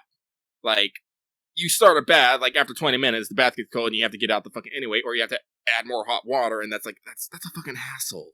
Because I will tell you right now, Lucky loves himself some hot water. But yeah, no, hot water's great. Well, I mean, I love water in general. I live in Florida. I used to have a pool. In summer you go fucking swim every day. Just jump in the pool. It's cool. It's better than being up and outside. And then after you go in the pool, you usually have to shower because there's chlorine in it because you're not a fucking animal. Same way with the ocean. You come back from being wet in the ocean, you have to shower off because now there's salt on you. Fuck the ocean. You get salt and everything. The ocean is big and vast and scary. I mean, I'm okay at a beach, but yeah, no, I don't like going very far. Like for instance, we owned a boat. I would never go in the water off the boat in the ocean. That sounded dumb. Very rarely we would like snorkel in Biscayne Bay, but like that was okay because that's the bay, that's enclosed, that's pretty shallow and clear. Open ocean, I'm like, down. Fuck no, I'm not going in the water. Are you crazy? I'll be like in the fucking I'll be all up and down in lakes and rivers and stuff, but ocean, nope, not gonna do it. It's like I have seen there's a lot of spooky stuff. There's riptides. There's things that will cut your feet open. Nope. Nope. I actually cut my foot a little bit on a horseshoe crab once. I think I told that story. Oh man. All right. Well, now we're almost at 3 hours. All right. We've talked about getting clean, so we'll leave you with those shower thoughts, everybody.